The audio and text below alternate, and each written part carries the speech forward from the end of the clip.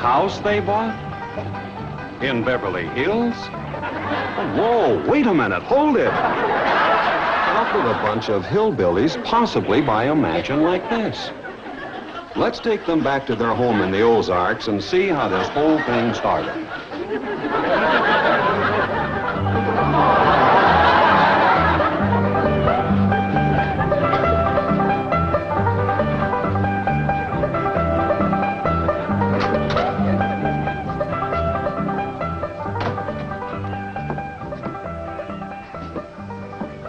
Kid, you gotta do something about that young'un of yourn.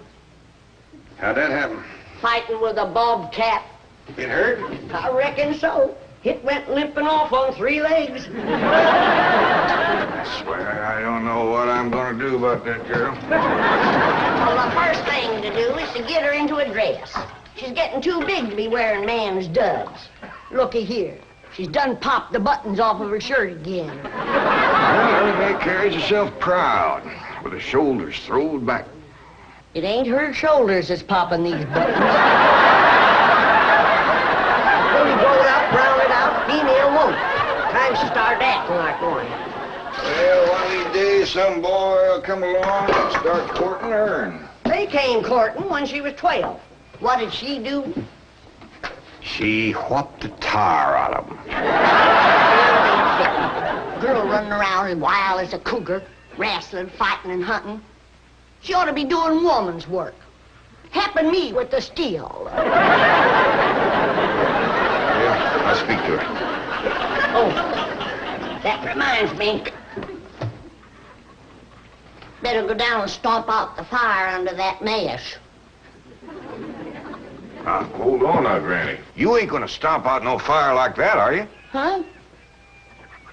Oh, of course not. Don't want to burn my shoes. Granny,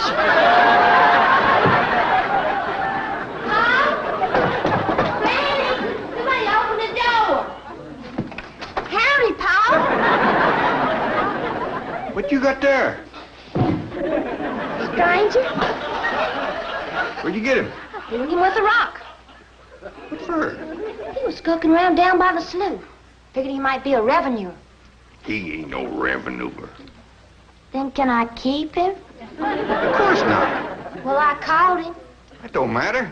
Well, he won't be no trouble. I could keep him out in the smokehouse. Ellie Mae, you can't keep people like they were dogs and cats. Ooh, ooh, ooh, ee. Ow, ooh, hurts.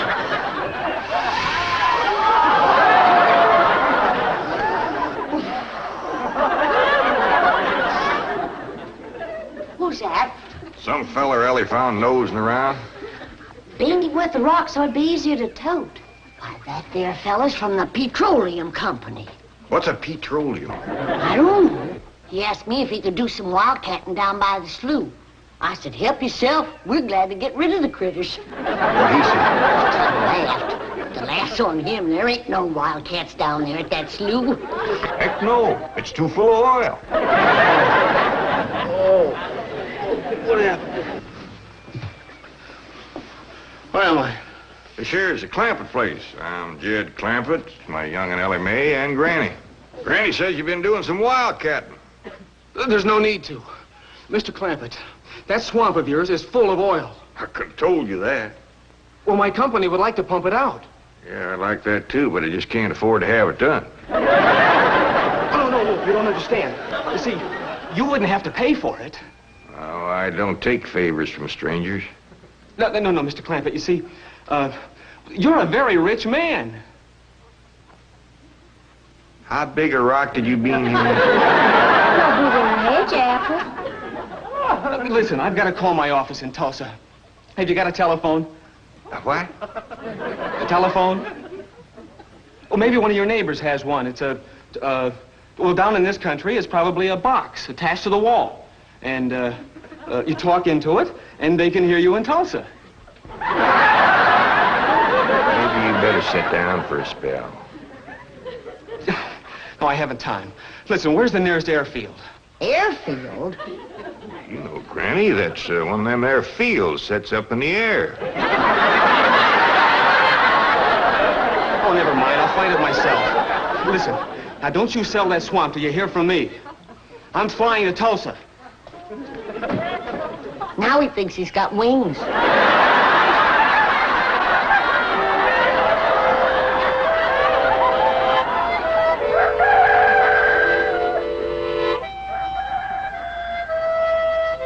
Morning, Granny. Watch them buttons, son. Granny! Them pigs of yours got into the corn. Did they drink much? I reckon they did. This here little fella was kicking blue blazers out of the mule. That's the trouble with razorbacks. They such a mean drunk. This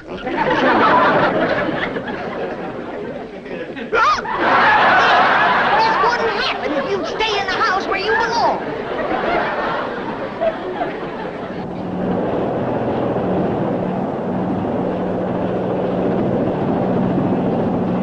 There it is, Mr. Brewster. From the tests and surveys, I'd say that's going to be one of the richest pools since East Texas. News like this is bound to get out. Let's go down and get Clampett's name on a deal.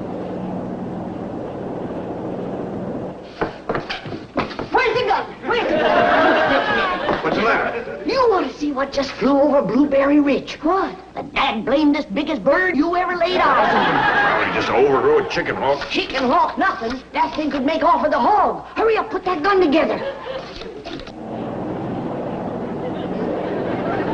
No room to land near the cabin, Mr. Brewster. It's too rocky and hilly. Then let's get the sling ready to be lowered. Well, Mr. Brewster, that might be dangerous. Hang the danger. We're going to be the first oil company down there if it kills you. Yes, sir. Me? Don't worry. If it's safe, I'll follow you. Granny, I see it. There it is. Land of mercy, look at that. What you doing, Granny? That thing's only got one claw, but dang if it ain't grabbed up a man. Hurry, Pa, it's my stranger. Where is it? Just flew over the house. I'll get it on t'other side.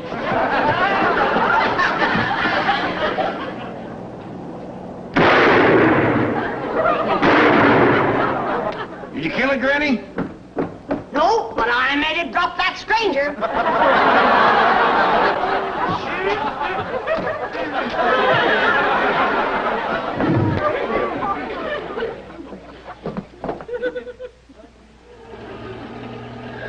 Jethro, stop this thing.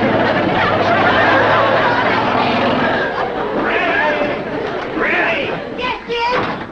Granny, grab a hold of something and hang on. Cousin Pearl and that overgrown son of hers is headed right for the cabin in that old truck. Heaven protect us. Did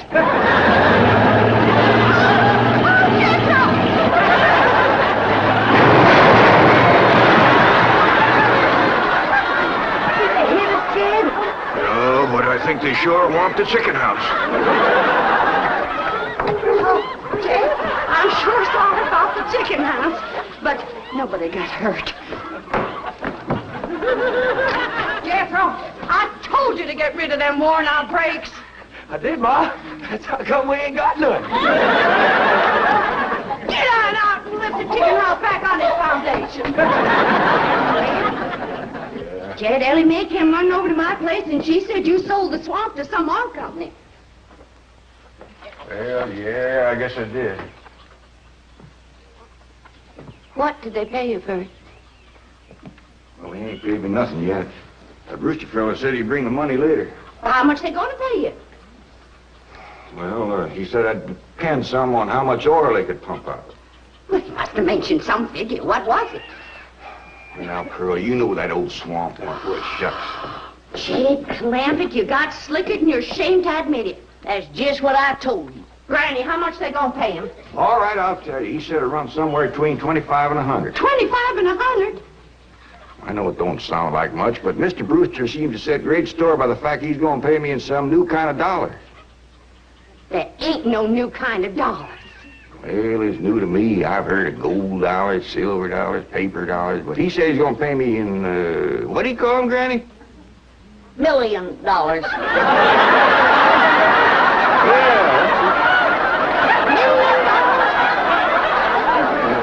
The whole thing out on this piece piece of paper. Here, you can see it for yourself. I don't know nothing about that. Let's see here. Saints in heaven. Granny, give me the jug. It's empty, but I'll fetch some. I'll go, Granny. Jed, you're a millionaire. A millionaire. Yeah, that's what that Brewster fella kept calling me. I didn't know just how to take it. He meant you're rich. Me? The richest man in these hills. Maybe in the whole state. Oh, Jed, you can have anything you want. Do anything you want. Go any place you want. Yeah, that's another thing he kept saying. He said he reckoned I'd be moving away from here soon. What do you think, Pearl? You think I ought to move? Jed, how can you even ask? Look around you. You're 8 miles from your nearest neighbor. You're overrun with skunks, possums, coyotes, bobcats. You use kerosene lamps for light. You cook on a wood stove, summer and winter. You're drinking homemade moonshine, washing with homemade lye soap. And your bathroom is 50 feet from the house, and you ask, should you move?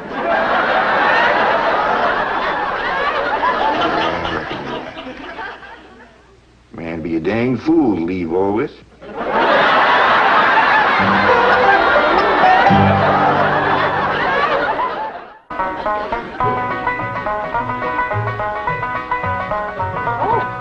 There you are, Jed. You misunderstood me. I meant you should move away. And you know where I'd go if I was you? Where? California. California? Yes, sir. Beverly Hills, California. Jed, remember the time that your pa took us to Eureka Springs to see the movie picture? Yeah. Well, the actors that make them movie pictures live in Beverly Hills. Go on. Yes, sir. Well, doggy. Living in the same neck of the woods with old Tom Mix. Yes, John would. And we could come visit you. You know what else they say about California? What? It don't get cold out there. What don't get cold out there? Nothing don't get cold out there. They don't have no snow or no ice. Can't they bring some in? They don't want it. That's so good for Granny. Remember last winter when she slipped on the ice and broke her hip? Yeah, poor old woman. She was limping for 2 days. Well, that couldn't happen in California because they don't have no ice. How come? I don't know how come. But Granny'd sure like it, and we could visit you.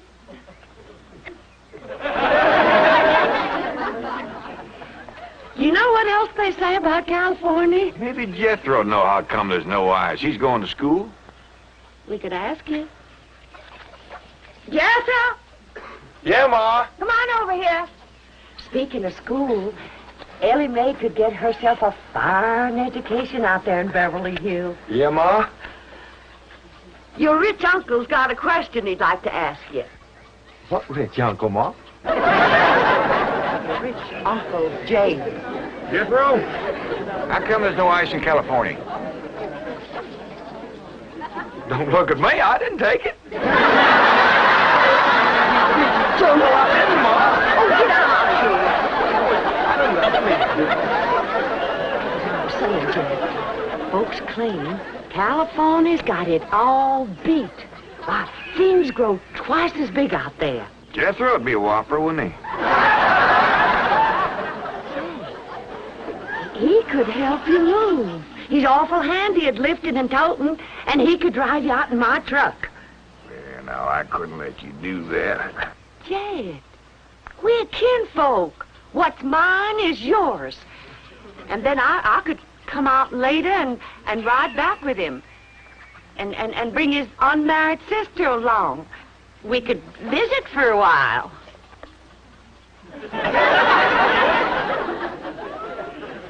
Jay, did I ever tell you about them oranges they grow out there? I'll tell you what, Pearl. I'm going to have to study on this. When that Brewster fella comes back, I'll ask him what he thinks.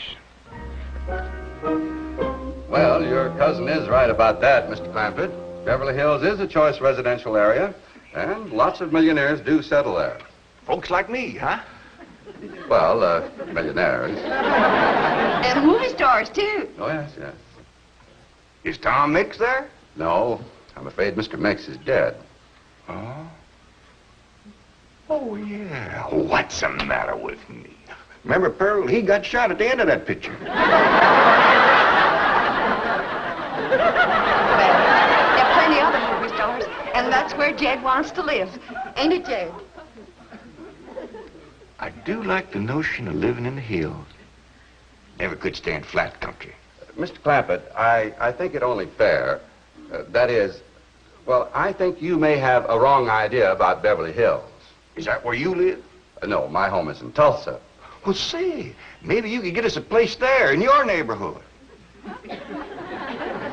Mr. Clampett, let's not beat around the bush. You will love Beverly Hills. Then that's it. Can you steer Jade onto a good place? No, I can get the bank out there to handle it for him. He'd like a nice big place with plenty of room for his kinfolk to visit him. Well, I would like a nice, roomy place if I could afford it. Oh, Mr. Clampett, with your money, you can afford the Taj Mahal. Okay, I'll take it. Well, no, you see, I was just making a little joke. Oh, well, go right ahead. Well, you see, the Taj Mahal is in India.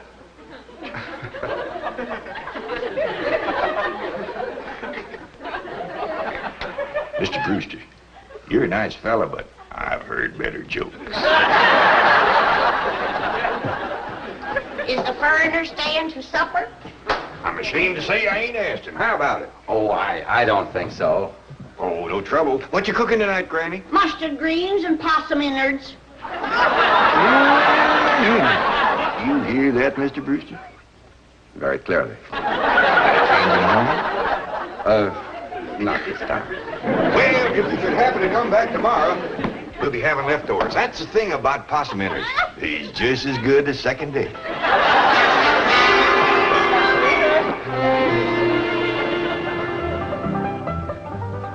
Ellie, if old Duke sits there with you, there ain't gonna be room for Granny. Oh, that's all right, Paul. Granny ain't going. Who says she ain't? She says she ain't. That's right, Uncle Jed. She's a sitting on the back porch in her rocker, and she says that's as close to California as you're gonna get her. We'll see about that. Dang if I ain't got me the muleyest women folk. We ain't never gonna get there.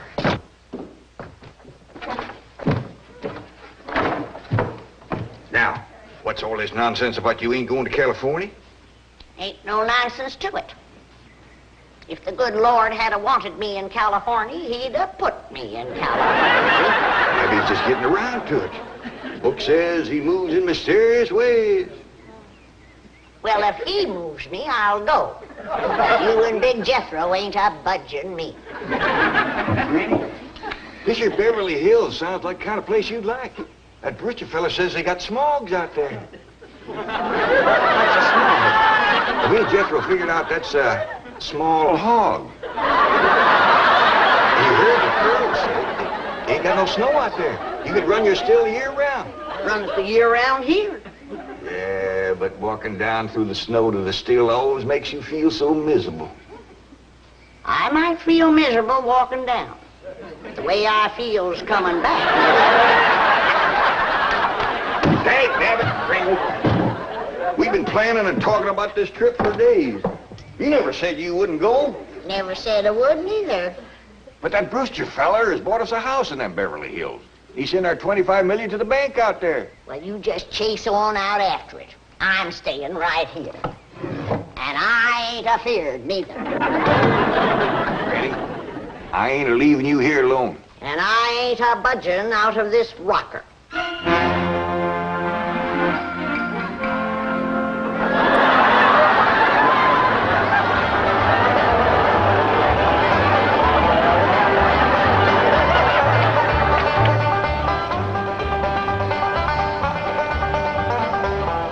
Jethro, what does that sign say? It says Beverly Hills. You hear that, Granny? We're there. They call them hills? Why, we got moles that can push up higher ridges than that. Well, leastways, it's hills. We'll be among our kind of folks.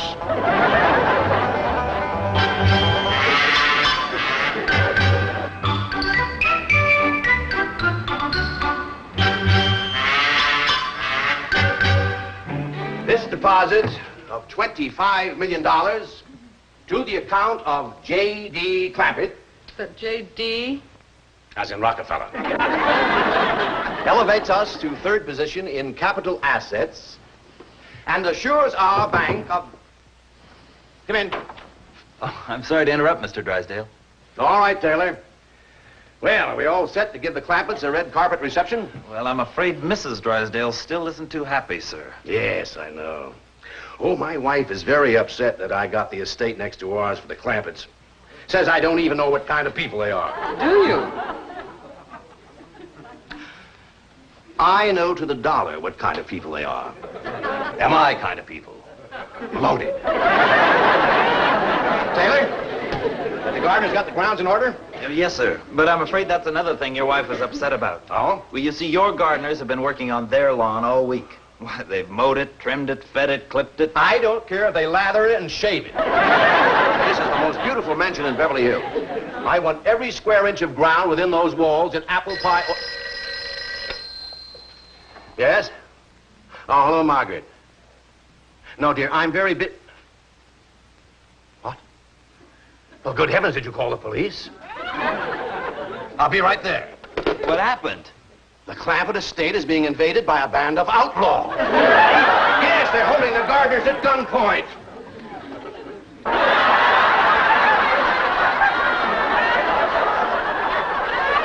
Sure is lucky we come along when we did. That's the truth. The way they were slipping through that gate, another 5 minutes and that whole darn prison would have been empty.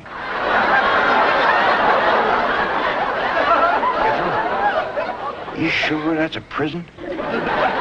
Yeah, Uncle Jed. I seen pictures. Only thing is, how come there ain't no guards on them walls?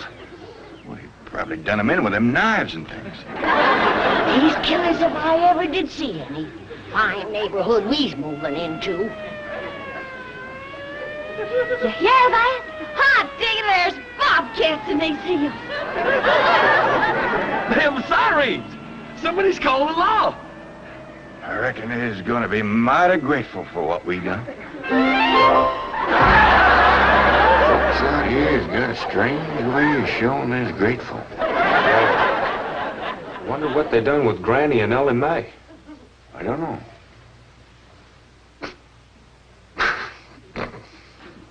They sure put up the scrap, didn't they? Ellie Mae whipped herself 3 policemen and 2 convicts. What's going on here? You've locked up one of the richest men in the country. Mr. Clampett, I don't know how to apologize. I am deeply humiliated. What have you cutthroats done with J.D. Clampett? I'm Jed Clampett, and I'd appreciate it if you let go of my Sunday shirt. You're J.D. Clampett, the oil millionaire? Yep, this here's my nephew, Jethro. Howdy. Quickly, man, unlock this cell.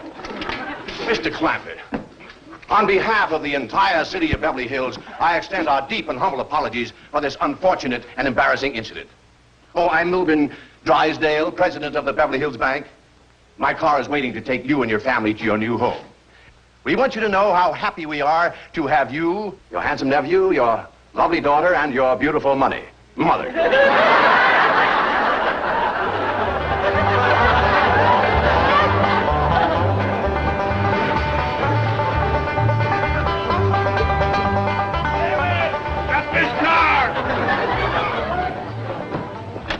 Mr. Drysdale, you tricked us. You just took us out of jail so you could bring us back up here to prison. Head for the hills, everybody! No, wait! Come back!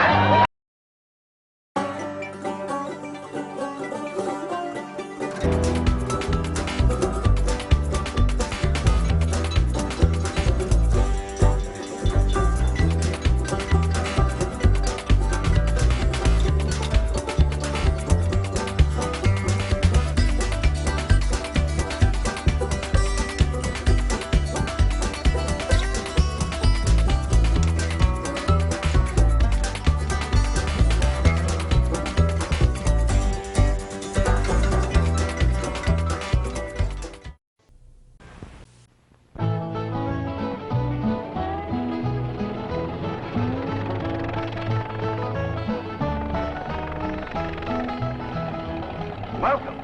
Welcome. Howdy. Well, now, ain't that handy? That, Paul. Way the road takes a bend in here, runs right by the front door. No, Mr. Clampett, this is your driveway. It goes with the house. Is this thing a house? Oh, yes, indeed. It was built by John Barrymore, one of our finest actors. Pretty fair stonemason, too. Hey, Jed! This here is dandy soil. Fine, Granny. We'll commence plowing tomorrow. But this is Beverly Hills. Dirt is dirt. Yes, I know, but why don't we look around inside, eh?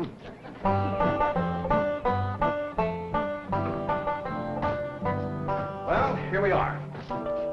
I hope you're going to like this place I picked out for you. It may be a trifle larger than what you're used to, but I feel a man with $25 million in my bank should live in a manner that... Come in, this is your home.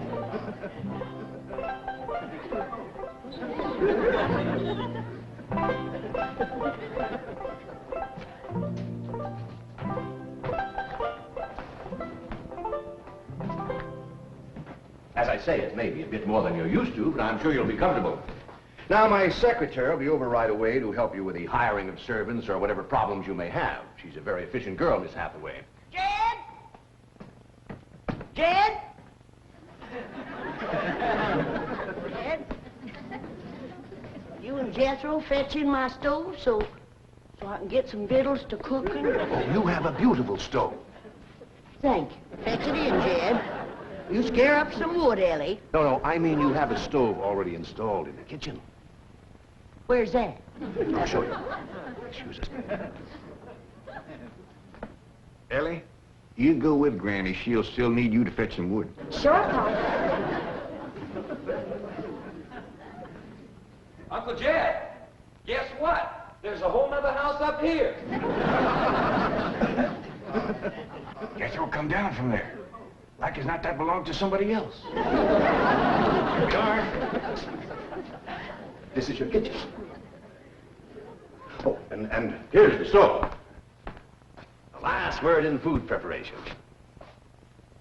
And speaking of food, you'll find everything you could possibly want stored right in here. See? Huh? Well, I'll leave you ladies to your culinary delights. Au revoir. Bon appetit.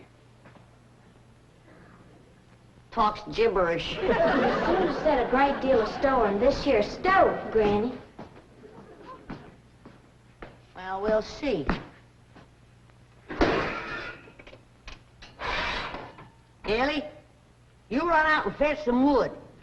I'll get a fire to going in here and we'll see. Jethro, I hope it's all right for you to be missing school. Oh, sure, Uncle Jed. They ain't straight in the 5th grade. You're in the 5th grade already? Starting this year. Yeah, it don't seem like no time at all since I went with your ma to get you started in the 1st grade. You was 6 years old. No bigger than that. We drove clean over to Oxford so you could go to the same school your pa went to. You wouldn't know that town today, Uncle Jed. Oxford? Yes, sir. Well, that town has growed and spread out and built up and just kept getting bigger and bigger.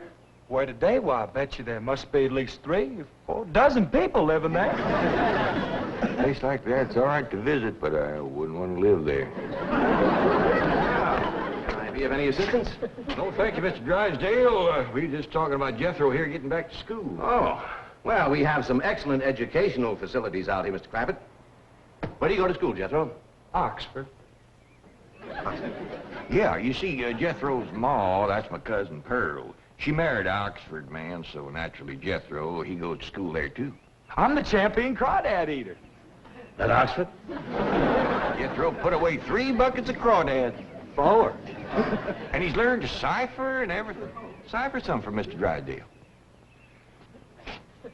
1 and 1's 2. 2 and 2's 4. 4 and 4's 8. I have to take off my shoes to get any further than that. Never mind. I'm sure we're thinking of 2 different Oxfords. You see, there's one that's very, very famous and very old. That's where Jethro goes to school. Been there since pioneer days. That's how come it got its name. It's where the oxen used to ford the river. So folks took to calling it oxen ford, and later on got shortened to Oxford. Well, I'll be running. Oh, by the way, here are your keys. My secretary should be over very soon. Well, thank you very much, Mr. Drysdale, for everything you've been doing for us. Oh, it's my pleasure, Mr. Clampett. You see, I'm not only your banker, I'm your next-door neighbor. Well, say, now ain't that nice? Well, now, why don't you bring your missus over tonight for supper, and I'll have Granny womp up a mess of grits and hog jowl. Well, you see, right now my wife is in Boston.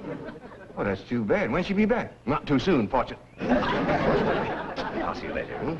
Well, thank you, Mr. Drysdale. So long.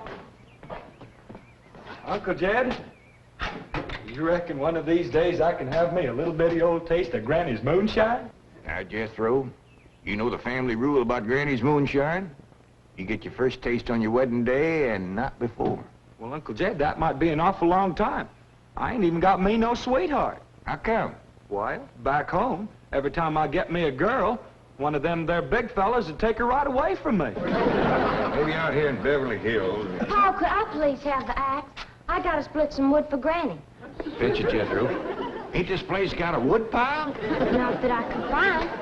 But I found a whole row of black old dead tree trunks, pretty near as high as this height. Is it kind of big for you to tackle? Well, shucks, no, Paul. They're only this big around, and all trimmed and topped and strung together with the black rope, so as no matter which one you cut, the others keep it from falling. Somebody had a right smart idea there. Just the same, I think I'd rather have Jethro do the cutting. Oh, Paul, let me. Ah, cutting trees and chopping logs ain't no work for a girl. I'm just as strong as Jethro. You ain't neither. I am so. You ain't neither. I am so, too. You want to wrestle? Darn too. Now, here. That ain't no fair fight. Somebody's gonna get hurt. Now, yeah, you see, you're getting too rough. Jethro. Person can get crippled from a hold like that. Get up from there. I can't, Uncle Jed. You turn him loose and get up from there before I take a strap to the boot. Now, here, you get out there and chop down one of them tree trunks and saw Granny some nice logs. Yes, sir, Uncle Jed. Could have whooped you if you hadn't tripped me. Ellie, come back here and sit down. I want to talk to you. Whoop them fair and square, and I'll do it again. You won't. That's what I want to talk to you about. Ellie Mae, you're getting too big to wrestle with boys. I ain't as big as Jethro. Big that way, I mean, growed up. You're a young lady now. You gotta start minding your manners and fixing yourself up real nice and wearing dresses. Paul, folks would call me a sissy. It ain't sissy for girls to act like girls. You see, Ellie, I raised you like a boy, and I was wrong to do it. I reckon every man liked to have a son, and you was my only young'un. And when your ma passed away, I just decided to turn you into a boy. By the time Granny come to help out, you was too wild to tame. By thunder, you could outrun, outclimb, outfight, and outshoot every boy in them hills. I still can, Paul. Yeah, but it ain't fitting. It ain't right for folks to go against nature. Now look at old Duke. Reckon we could turn him into a cat? Of course not. That's right. Because nature made him into a dog. Just the same way nature made you into a girl. Here lately, she's getting more and more positive about it. You mean my years is growing? No, nothing like that. You're pretty. Oh, Paul. I know you don't like it when I say that, but you like it when the young fellas around here come in saying it, and they will. Only they'll probably be using words, fancy words I won't even understand. But Ellie Mae, ain't nobody can ever tell you how pretty you really are except me. You're the living picture of your mom.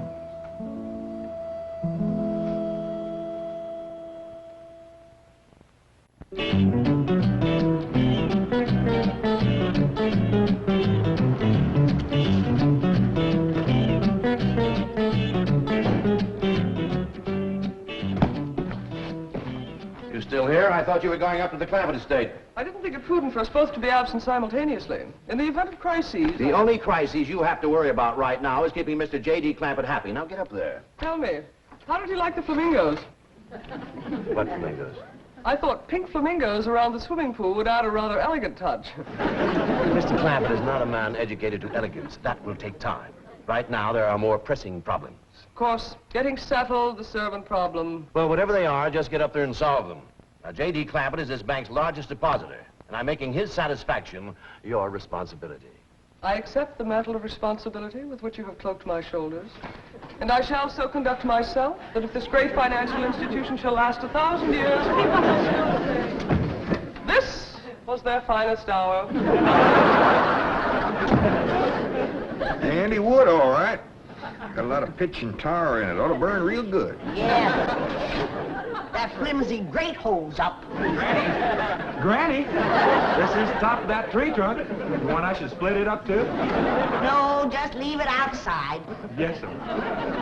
This place ain't even got a wood box. Yeah, folks don't need much wood out here. Remember what Pearl said? It don't get cold. Yeah, I remember. It might not get cold in the day, but it sure freezes solid at night. How you know? I'll show you how I know. Every bit of food in this here storage bin is froze harder than a rock. Yes. Look.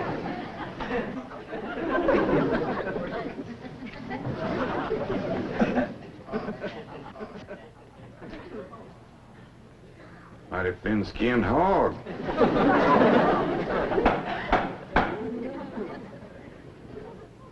But I'll be doggone. Take me 2 days to thaw out that ham before I can ever cook it. Yeah. People ought to know better than store food up against the north wall. Tomorrow we'll dig us a root cellar and we put all this stuff in it. Jethro, go on out there and catch us a chicken. Okay, Uncle Jay. How you know we got chickens? Place this size is bound to have chickens. They ain't all frozen.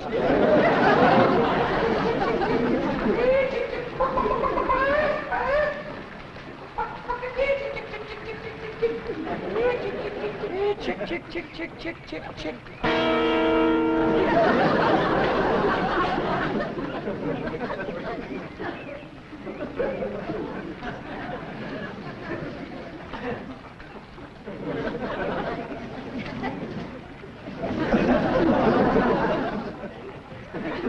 I keep a chicken.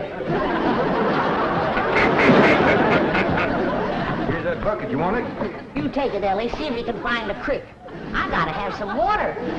Off on this place? It ain't even got a well.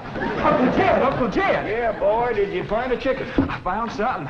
I ain't sure if it's a chicken, a goose, a duck, or what. Where is it? I couldn't catch it. That thing can outrun a jackrabbit. There ain't no goose or duck. Must be a chicken. If it is, Ma was right about things growing bigger out here. That thing was this high. Chicken? Ah, Jethro. Honest, it's got legs this long. Gibby's on the drumstick. Drumstick ain't much. Whoever gets that neck is eating from now on. Commences here and runs plumb up to here. Jethro, you ain't forgot what I said about Granny's jug of liquor. I ain't been at Granny's jug. You have your in for it. Honest, cross my heart. Where'd you see this chicken? Down by the cement pond. Cement pond. Uncle Jed, that pond is the fanciest thing you ever did see. Why, they is steps. So's the cattle can walk right down into it and get a drink. And up at one end, there's a lady standing there made out of rock. And she's a-pouring water out of a jar right into that cement pond. Oh. Well, that's how come that big old pink chicken to get away from me. Flew right over the top of that there rock lady, landed in that pond, and swam like an otter. Just flapping them big old pink wings and hollering. What color did you say that chicken was? It's pink. Ain't I told you that stuff would stunt your growth? Miss Granny, I didn't touch a drop. You and me is going to the woodshed. Jethro, you swear to be telling the truth? So help me, Jefferson Davis. Your hat off when you speak of the president. He ain't president no more. I'll have no Yankee talk in my kitchen. Jethro, you and me's going back out there and corner that chicken. Granny, you get your fire to going. Ellie Mae, you sweep up out front and keep your eyes open for that Miss Hathaway. I'm counting on her to take you in hand and get you in the right kind of clothes. Come on.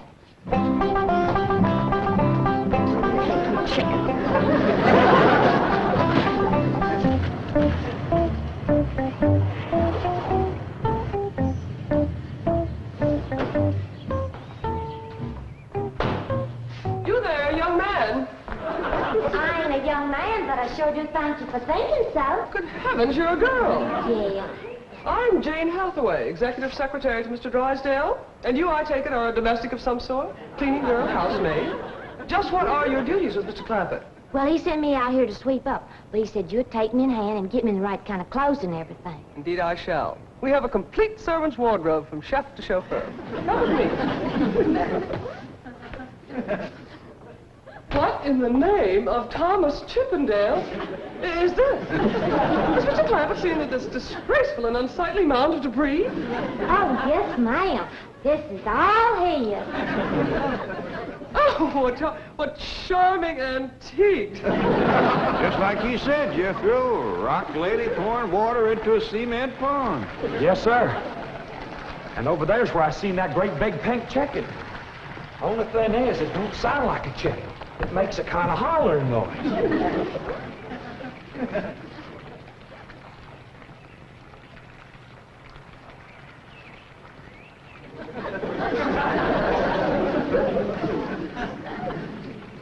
Reckon you'd make a hollering noise, too, if you was to lay egg like that. Man, oh, man. That's what I call an egg. And you won't have to worry about food now. Wait till she cooks this.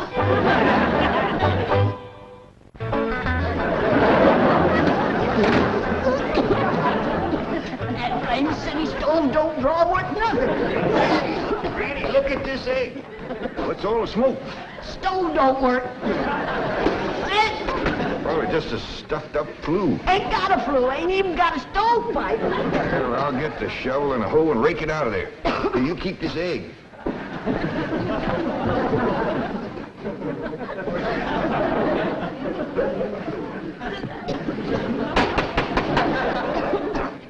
Just like everything else out here. Froze solid.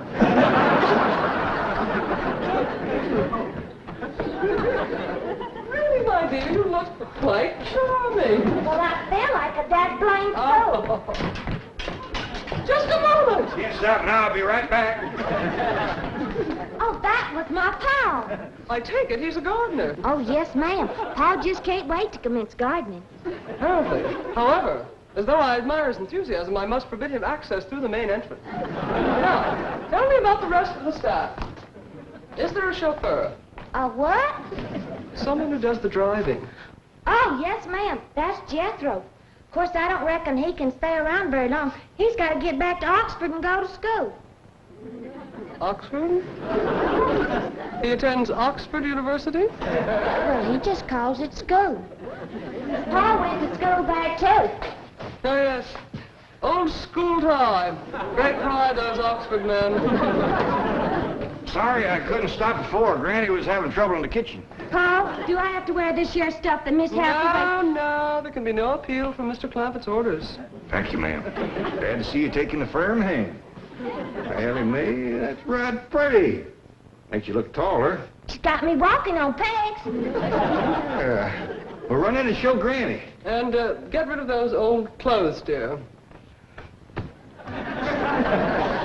Granny, I presume, is the cook. Yes, ma'am, but she ain't too happy about it right now. I shall deal with her directly. Now, let's see. Maid, gardener, cook, chauffeur. Oh, I understand Jethro is an Oxford man. You bet he is. I'm quite anxious to meet him. Don't blame you. Fine-looking young feller. Single, too. And he's on the lookout for a girl. Oh. I am only interested in the intellectual rapport which I would naturally have with an Oxford man. I presume he went to Eton as a boy. If I know Jethro, he went to Eton the minute he was born. Yes, of course. I suppose his father matriculated him.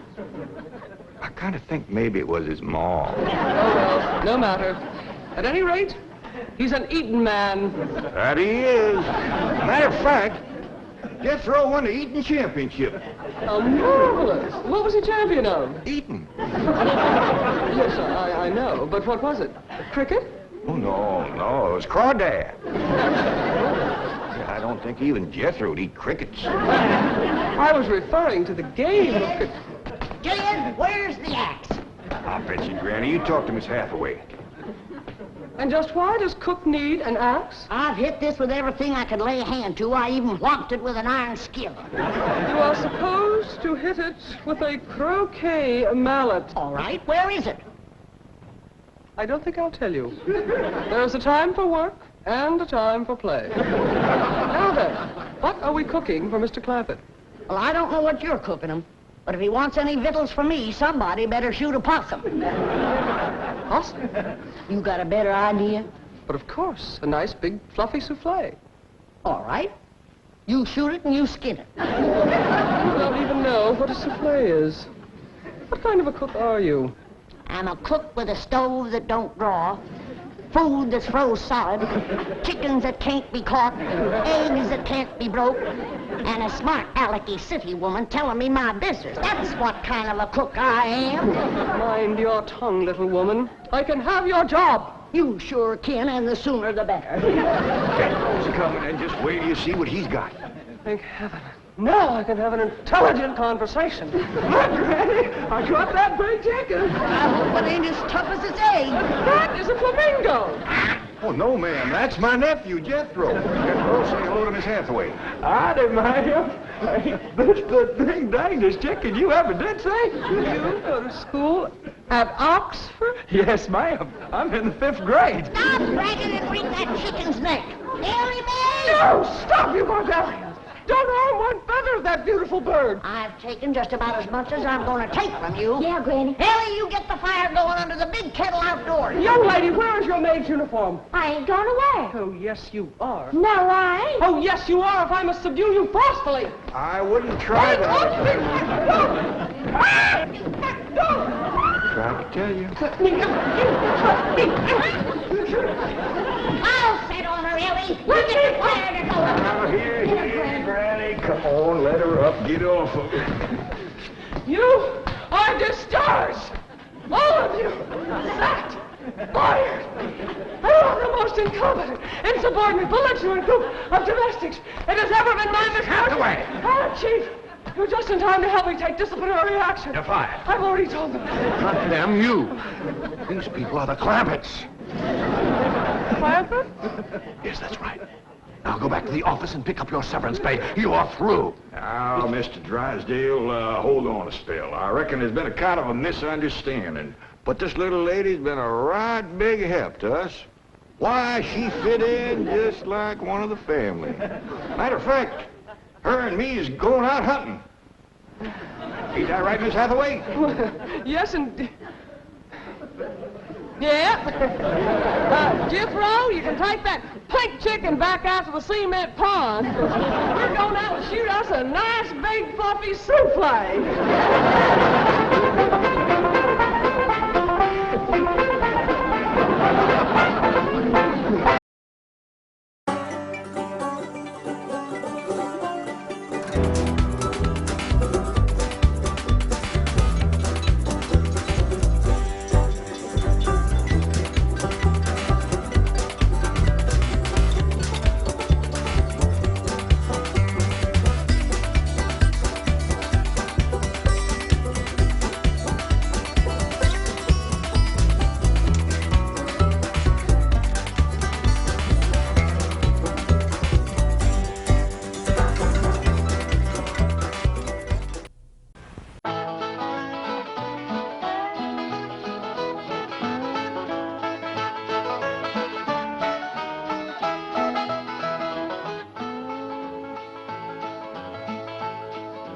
Jethro, what have you got to say about that? I didn't bust it, honest. He's telling the truth, Mr. Drysdale. It was hanging in pieces like that when we moved in. Yes, sir. No, it's supposed to be like that. It was made that way. It's been like that for 200 years. 200 years? Hey, this house is older than it looks. Oh, I plumb forgot. Granny wants to see you. Skedaddle. Hold right up, Jed. Nice boy. His ma, my cousin Pearl, give me the notion to move out here. Well, I'm most grateful to her. Oh, but first, I wanted to explain about this priceless crystal chandelier. It was designed and made for Louis XV, hung in the Hall of Mirrors at Versailles. Napoleon Bonaparte planned campaigns with the light of that chandelier. Talleyrand used it. Wellington, Disraeli, Bismarck, Wilson. Mr. Drysdale, we're just plain folk. We don't mind a few things being secondhand. Getting back to my cousin Pearl, she's looking after the old home place for me. You ain't never seen my family home, have you? No, I haven't, Mr. Clampett. It's a dandy. Yes, those southern mansions are beautiful. I suppose it has the large white pillars. It did, but we bring them along and put them on the beds out here. No, you see, I was referring to wooden pillars. Oh, I ain't never slept on one of them. We had everything first class back home. Sure hope Pearl's taking good care of that place.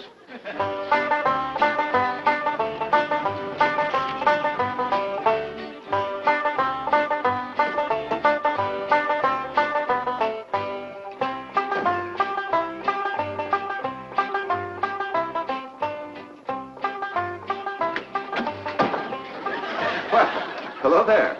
Oh, why, you're Mr. Brewster from the oil company that paid Cousin Jed all that money for his swamp. 25 million to be exact. You ain't here to back out, are you? No, indeed. Your cousin's money is safe in the bank in California.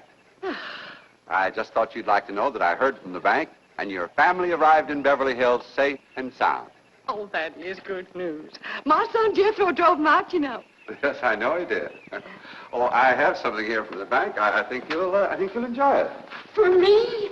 They told me at your house I'd find you here. Yeah, well, I promised Cousin Jed I'd keep an eye on the old home place for him. It's a long trip from my house, but I'm glad to do it for Jed. That's nice of you. Yeah, well, you know, can I help you look for that money? Oh, it's money. It's pictures of the estate that Mr. Drysdale, the president of the bank, purchased for him in Beverly Hills. Oh. This is now the Jed Clampett estate. Land to mercy, look at that. Why, it's bigger than the state capitol. It's quite a change from this place, all right. What in the world is that?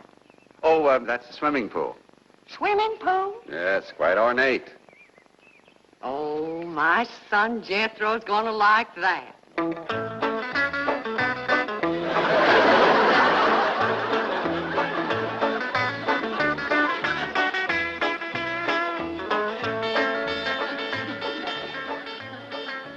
Granny, when we's done washing, can I go swimming here in the cement pond? Of course not. I don't allow nobody to splash around in my wash water. Ain't there no place else you can wash? This cement pond's the only water we got. The place ain't got a well, it ain't got a creek. Ain't even got a rain barrel to catch what comes out of the sky. Oh, when that banker fella seen me unloading your wash tub and scrubbing board, he said, why, you can throw that away. We don't use them things here in Beverly Hills. Now, you listen here to me, boy. I don't care how other folks live in Beverly Hills, but us Clampetts is gonna be clean. Yes, ma'am. May not have it as nice as we have it back home in the cabin. Pump right in the house and everything. But we ain't gonna lower our standards. No, ma'am. Here, wrench these things out for me. We gotta get this tub back in the kitchen really fast. Yep. Being clean is a strict rule with your Uncle Jed. Let me look you over. Many's the time we've been down to our last piece of fat. I'd say, shall I cook it to eat it, or shall I render it down for soap? He'd say, no, render it down for soap, Granny. The Lord will feed us poor folks, but we gotta do our own washing. But Uncle Jed ain't poor now, Granny. He got $25 million. How long do you think that's gonna last if we go throwing it away on store-bought soap? Waste not, want not. Now, here's a view of the entrance hall. My stars and garters. Why, it's a palace. Whoever would have thought that my cousin Jed would be living in an estate like this? Well, the credit is yours. You're the one who talked him into moving. Oh, well, I put the notion in his head. But it was really kind of Ellie Mae when. Yes, his daughter will have a wonderful life as a Beverly Hills debutante. Can't you just see that beautiful girl descending this magnificent stairway? I sure can.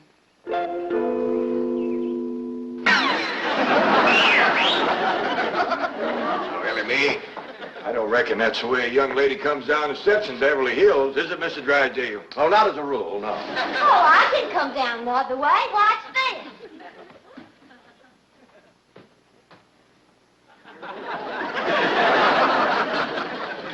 How's that? Well, that's not exactly what I had in mind. Well, show me. No, my secretary will show you. Oh, she's in town doing some shopping for you. Oh, what's she getting me? Well, now, that's going to be a surprise, Ellie, but it's some things you've been a-needing, and they're going to be pretty, and you're going to like them. Things I've been a-needing? A set of muskrat traps. A three-blade frog sticker? Nope. A ready-made slingshot. Now, Ellie, you way off the track. Now, you wait till Miss Hathaway gets here, and you'll see. Yes. Well, I'll be pushing along to the bank.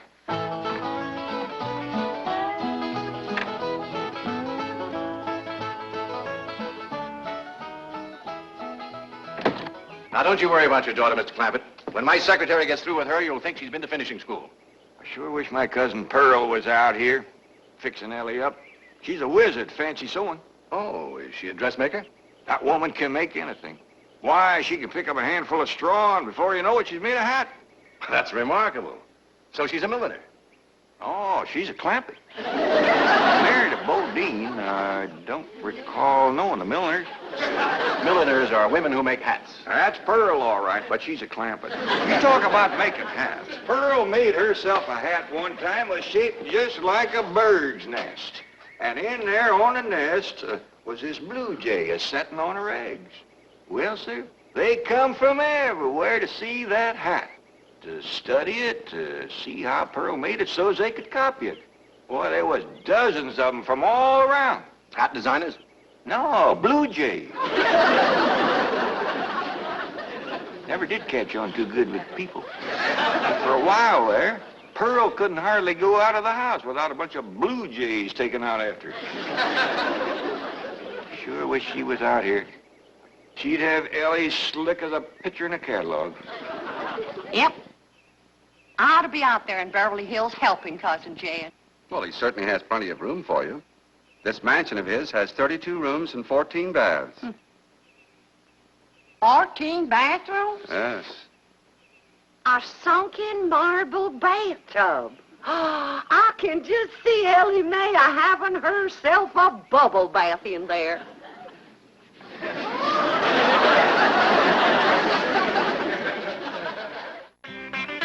I tell you, Mr. Brewster, the more I see of these pictures, the more I want to get out there and help Cousin Jan. Of course, I wouldn't go without being asked. Well, naturally.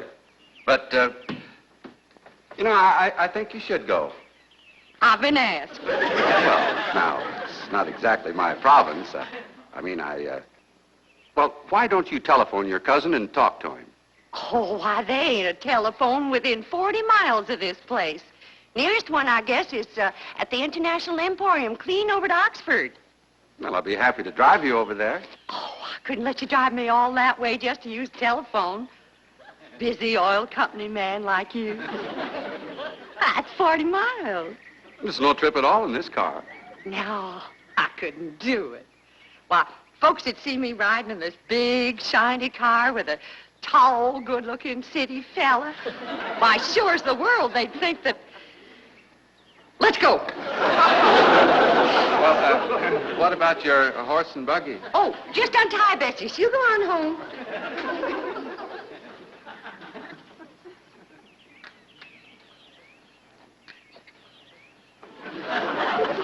Well, Bessie's headed for home, all right.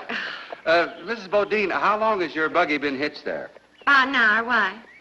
Why, Blue Jay built her nest on the seat, and she was sitting on her eggs. Oh, shoot. I wanted to wear that.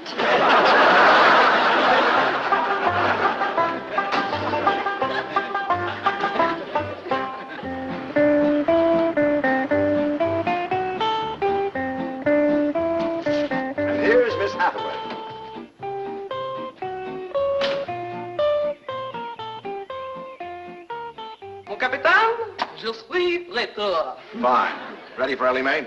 Gentlemen, aided and abetted by the gossamer garments, exotic lotions, and other feminine appurtenances within these cartons, I am ready to assume the role of Pygmalion and transform that barefoot Galatea into a striking and sophisticated paragon of Beverly Hills literature. That's yes the hard way. Well, duty calls. I leave you in capable hands. Goodbye, Mr. Clampett. Thank you, sir. Chief? Well, that sure is neighborly of you, Miss Hathaway. You reckon you can handle Ellie Mae? Uncle Jed, Granny says... Oh, howdy, Miss Hathaway. Oh, bonjour, Jethro. Here are them things in for Miss Hathaway, Jethro. I think she kind of likes you, boy. She does? Well, I can't take them into the house. That's what I come out here to tell you. Granny says that all the men folks got to stay out of the house while Ella Mae's taking her bath. Oh. But isn't Ellie Mae bathing in the privacy of her own bedroom suite?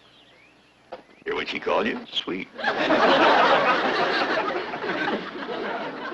What's the matter with him? Why doesn't he answer? Hey, he's just a little shy, I reckon. Ask him again. Is Ellie Mae in her bedroom suite? No, she ain't, darling. Fine, I'll find her myself. Uncle Jed, I got me a girl. You sure have, boy, and a city girl, too.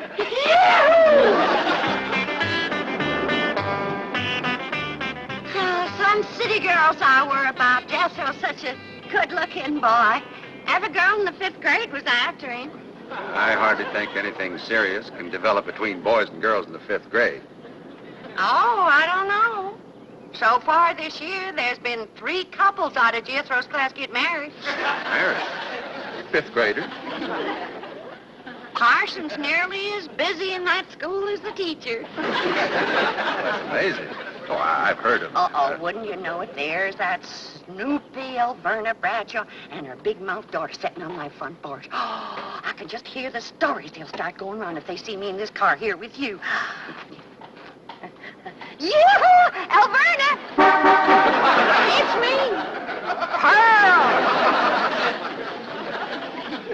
Terrible gossip, that woman, always making trouble.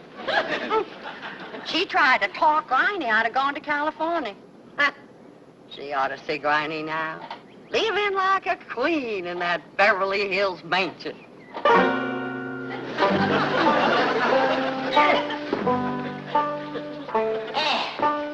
I should have listened to Alverna Bradshaw and stayed home. We had a pump right in the house. Didn't have to tote water a quarter of a mile. Oh, you ready to get rinsed off, Ellie? Well, not yet, Granny. Should have washed my hair. No, you better wait till I can catch some rainwater. That pond water smells like it's got medicine in it. I wondered why there's no fish in that pond. Yeah, I reckon that water killed them fish. Don't you worry. My lye soap will kill anything that killed them fish. Have you seen... What in the world's going on here? Well, there's a bath going on. That's what's going on. Howdy. But I don't understand. Well, then somebody ought to explain it to you, sissy woman. You see, first you heat some water. Then you put it in a great big tub like this. You put some soap in it, and then you get in it, and you start to wash, and that's what you call a bath.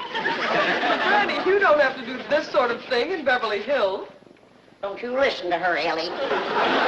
Ain't you ever heard that saying that cleanness is next to godliness? But of course, John Wesley said that. And I bet he didn't live in Beverly Hills. Here, Ellie, dry yourself off with this nice big bath towel.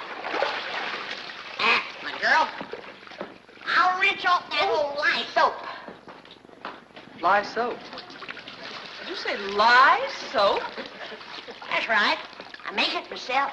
But that will ruin this beautiful girl's delicate skin. I've been washing with it for 72 years. Look at my skin. It's like leather. Yeah. Nice, ain't it? Granny, I hope you will forgive my momentary bewilderment at this primitive form of ablution, but please let me explain. Well, first explain what you just said. Well, Ellie Mae has a beautiful big bathtub upstairs. Upstairs? It was hard enough carrying the water in here. I ain't going to tote no water upstairs. You don't have to. There's a big, beautiful Haven't you been upstairs? No. Jed said that probably belonged to somebody else. Ain't that right, Ellie? Yeah. Paul said he heard tell that folks sometimes live one family right on top of another. But that's only in apartment houses. This entire house belongs to you. And each one has his own individual bedroom suite. Come along and let me show you. And also the lovely things I brought from town. Yeah, you go ahead. I'll be up directly. What all did you bring from town? Everything, Ellie. Everything from chapeau to pumps. Pumps! Praise the Lord. Now I won't have to tote water. You through? Yeah, Uncle Jed? Now, you're going to be keeping company with a girl. Is there any questions you like to ask me? What kind of question? No, about girls. How much you know about girls?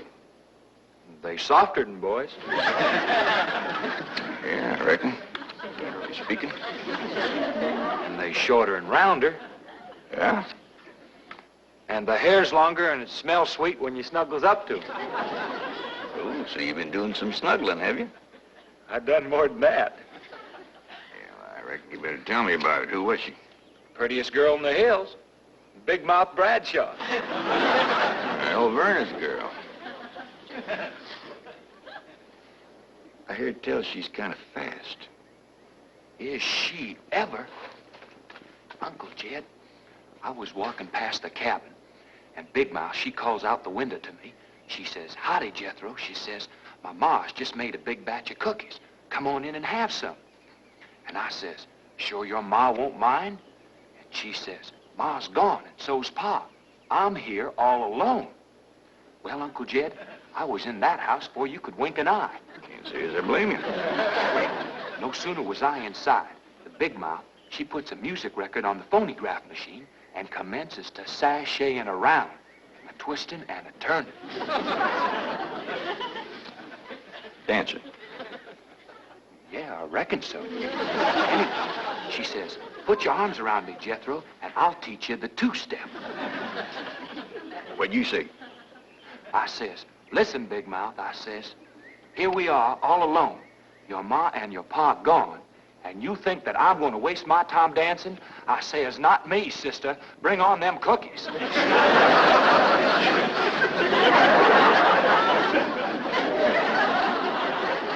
What'd she say? Well, Jed, you and Jethro can start digging the well. That city woman brought us some pumps. That's fine, Granny. We'll get right to it. What'd that Bradshaw girl say when you said bring on them cookies? well, she just held up them cookies like this here, kind of blinked her eyes at me, and said, "Jethro, which do you think it tastes sweeter, these here cookies or my lips?" Well, Uncle Jed, right then and there is when I found out she was fast. I grabbed them 2 cookies, and it took me 2 miles to outrun that gal.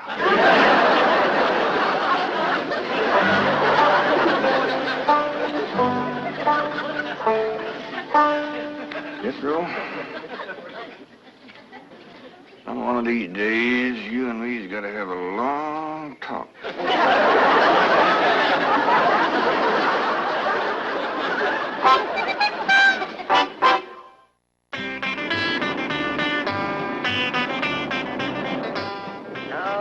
Yes, he's a lady killer, that bar of mine. While Verna Bradshaw's daughter traced him all the way home one day. Sounds like Jethro has a lot of charm and sex appeal. Oh, he has.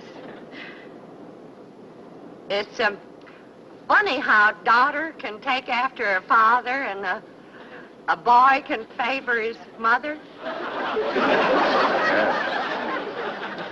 Yes. I ought to be out there looking after Jethro. You know, Jed's going to need him to help garden a place this big.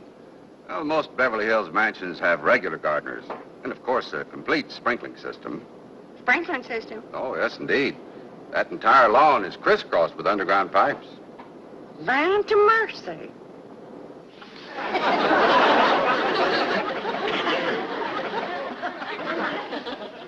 By thunder, Jethro, there's water all over this property. Ain't too deep, neither. I know. Should I commence to digging? Well, now, let's get as close to the house as we can. That way the pump won't have so far to pull. Clampett, Jethro. Oh, here comes your sweetheart.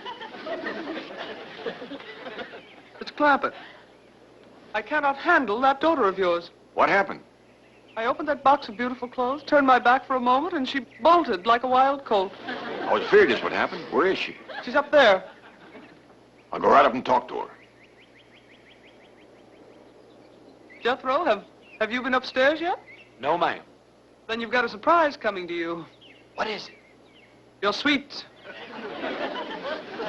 So are you.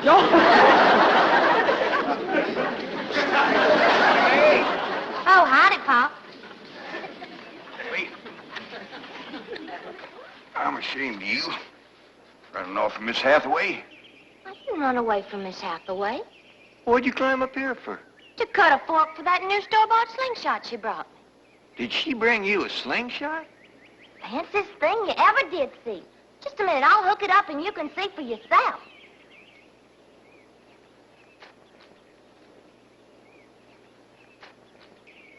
Look at that. Doggone. A store-bought, lace-trimmed, double-barrel slingshot. Ain't it a doozy? I don't know how good I can aim it, but it'll sure throw a heap of rocks. Yeah, they really need me out there. Why, I could work wonders for Ellie Mae with my fancy sewing and beauty secrets and hairstyling and everything. Of course, I had to learn all those things, not having a husband to support me. Didn't you say it was 40 miles to the town of Oxford? Oh, that's right. Well, we've already driven 110 miles. Land to mercy, I forgot to tell you the turn off. Well, long as we come this far, maybe we ought to go right on to California.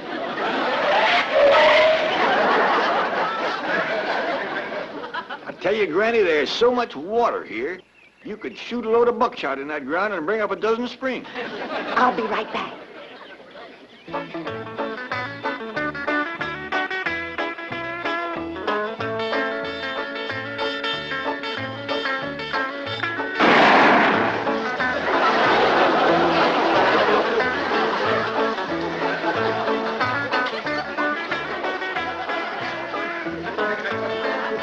I ain't never missed yet.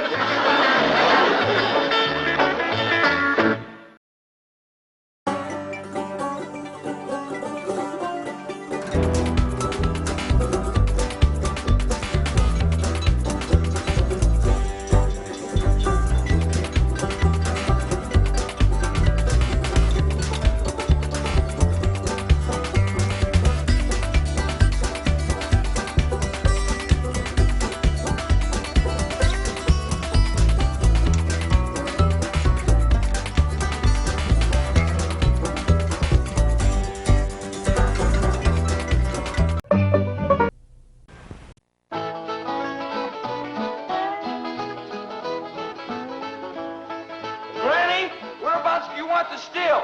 Over here on this side of the cement pond, Jethro. Okay, Granny.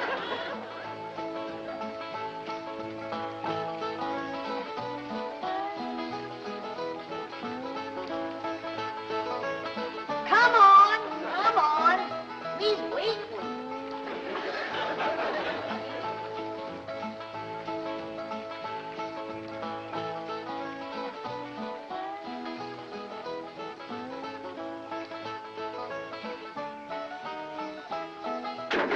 Turn it a mite that way, Jethro.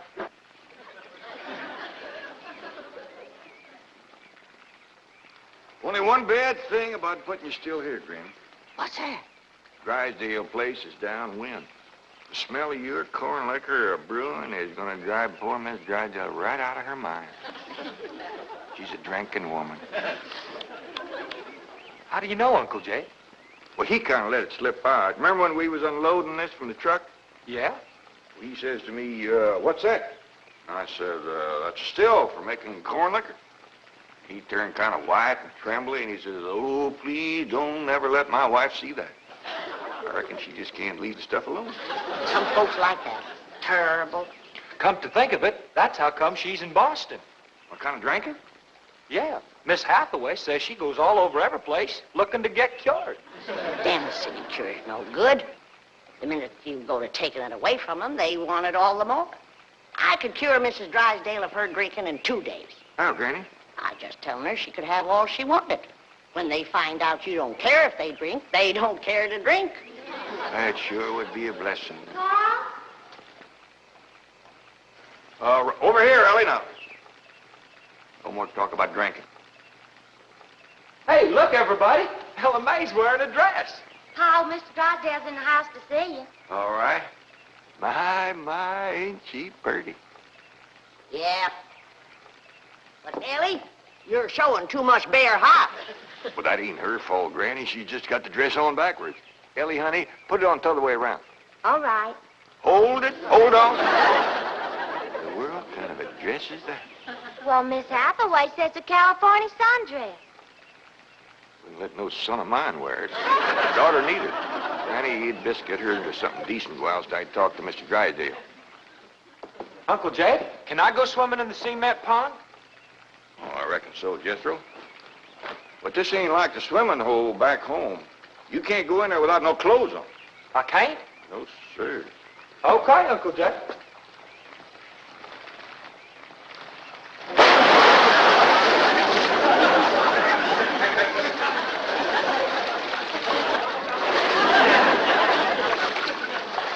Someday I gotta have a long talk with that boy.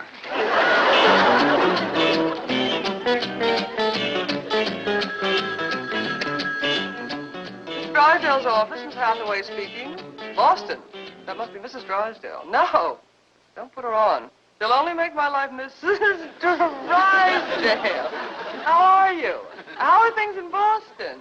Oh, the doctors here are just as silly as the ones in Beverly Hills. They insist there's nothing wrong with me.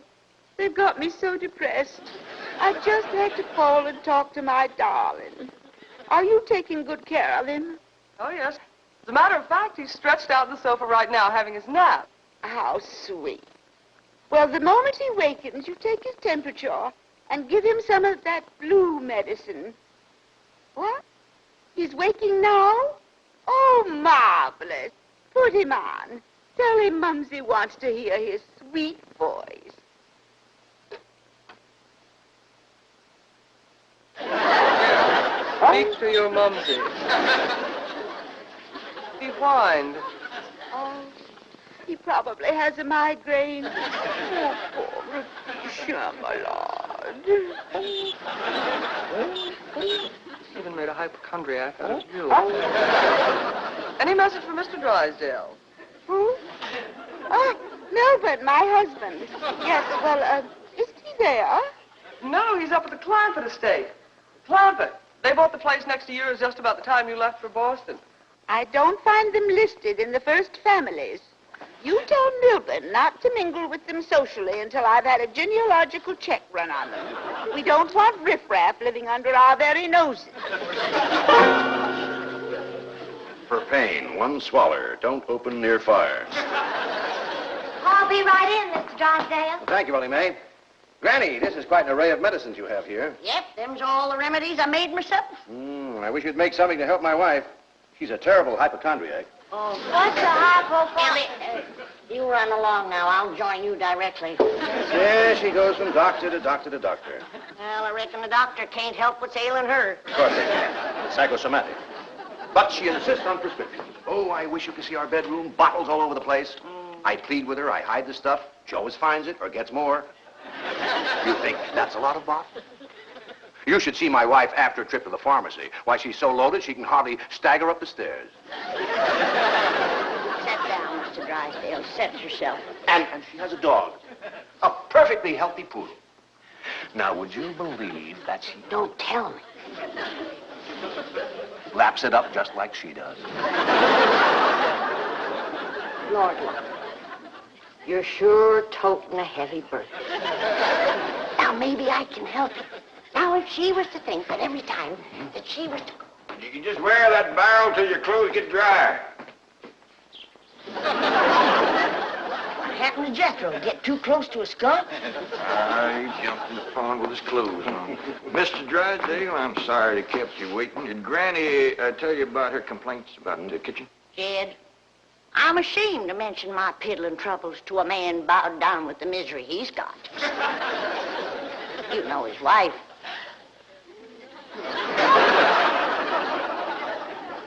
Mr. Drysdale, our hearts go out to you. And we're going to help you, ain't we, Jed? You bet you we are. Man serves a poor purpose in this world if he can't help his neighbor. Oh, you're very kind, but I'll manage. I've been living with it for years. Have a nip, it'll brace you up. Oh, no, thank you. I never touch it. You hear that, Jed? Poor man. He's got all the trouble and none of the fun.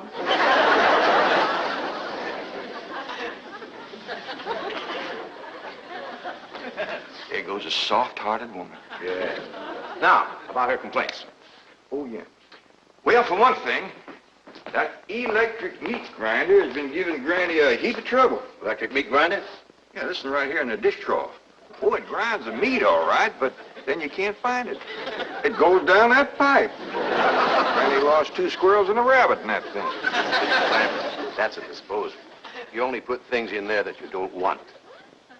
Now, Mr. Drysdale, that ain't altogether true. Granny sure wanted them squirrels and that rabbit. And another thing, this here sideways pump don't work at all. We must have carried in a barrel of water to prime that thing, but it don't work. Oh, there's another thing. Every once in a while, this little thingamajig here makes a ringing noise like that. There it goes again. Well, that's the telephone. Someone's calling you. I don't hear him.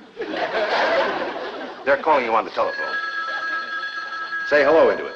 Hello. You have to snip the receiver first. Now say it. Hello. Mr. Clampett? You said my name. Can they see through this thing? No.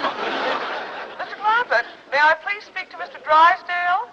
Well, they sure can see, or else how would they know you're standing here? That's my secretary. She knows I'm here. Yes, Miss Hathaway. Mr. Drysdale, I have some messages. But I'll be doggone. Granny! Ellie Mae, come look what we got! The Clampetts have just discovered the telephone. Yes, indeed. This is a marvelous invention. With this instrument, you can talk to anyone, any place in the civilized world. Can we talk to my cousin Pearl? Oh, yes, of course. Right now? Yes? Ellie Mae, run out back and fetch Jethro. Oh, wait a minute. He might not have his clothes on yet. Oh, I'll get him. Jed, is he greening us? Can we honest to goodness talk to Pearl on this thing? Well, you heard what he said. Hello, Pearl, you old rascal. What you doing back there? Hi, there ain't from this here Now, Dallas. ladies, first, you gotta pick this thing up. Hello, Pearl, you old rascal. What you doing back there? Hi, there ain't from this here Dallas. What'd she say? You saying a word, you just humming. She ain't even humming a tune. Shut up, humming, and say something. Jethro will be right in. You ready to call Pearl? We've been a calling, but she just hummed. Oh, that's dial tone. First, you've got to dial long distance like this. Howdy, Pearl. Hello, Pearl, you old rascal. What you doing back there? Hi, there ain't from this here Dallas. This is long distance. We know that, Pearl. Oh, I believe you have the operator. What's Pearl's number? Number? Operator. Now, just a moment, please. Hey, folks, Mr. Drysdale told me what y'all was up to. You can't talk to Ma on that thing. Well, look who's getting too smart for his britches. Too big for him, too. Mr. Drysdale says we can talk to her. Yeah, you think you know more than Mr. Drysdale? Well, I know Ma ain't got no telephone.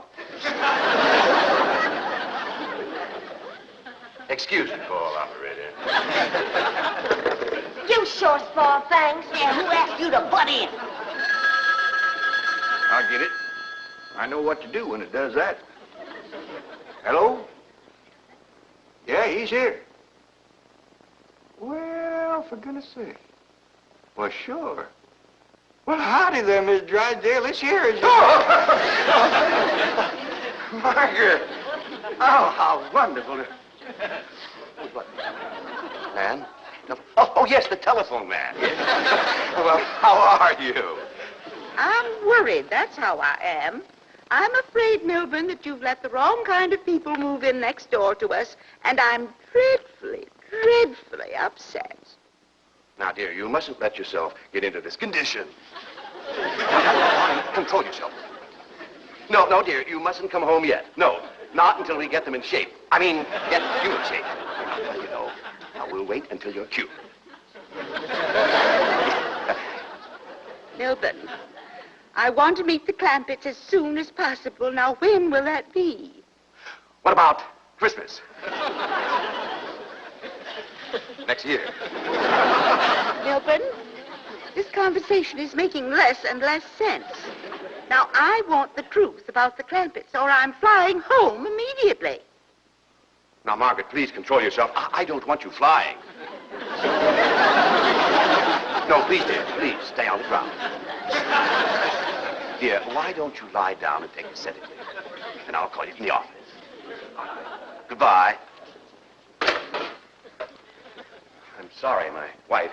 We understand. Well, I'll see you later. Keep your chin up. Poor man. Don't it just tear your heart out? He is so ashamed of his wife, he don't even want us to meet her. What he says, she won't be cured till Christmas of next year. You gotta help him, Granny. I still say I could cure Mrs. Drysdale in 2 days. Sure be worth a try if we could get her out here. Kid, misery loves company. And if that poor, miserable woman thought that she had a drinking friend living next door...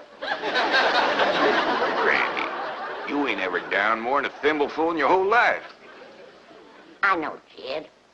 But it'd be worth a little white lie to help a neighbor and save a marriage. But how?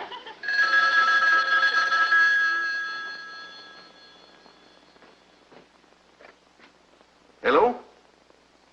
Yes, ma'am. Oh, ain't that a stroke of luck, Granny? It's Mrs. Drysdale again. No, ma'am, he ain't here, Mrs. Drysdale, but Granny and me'd like to talk to you. We your next-door neighbors, the Clampetts. Listen, honey, I got my still set up not 50 feet from your back door. Now, you come on home, and you and me will get glassy-eyed, falling down crocked. We'll get juiced at eyeballs. How does that sound to you, honey?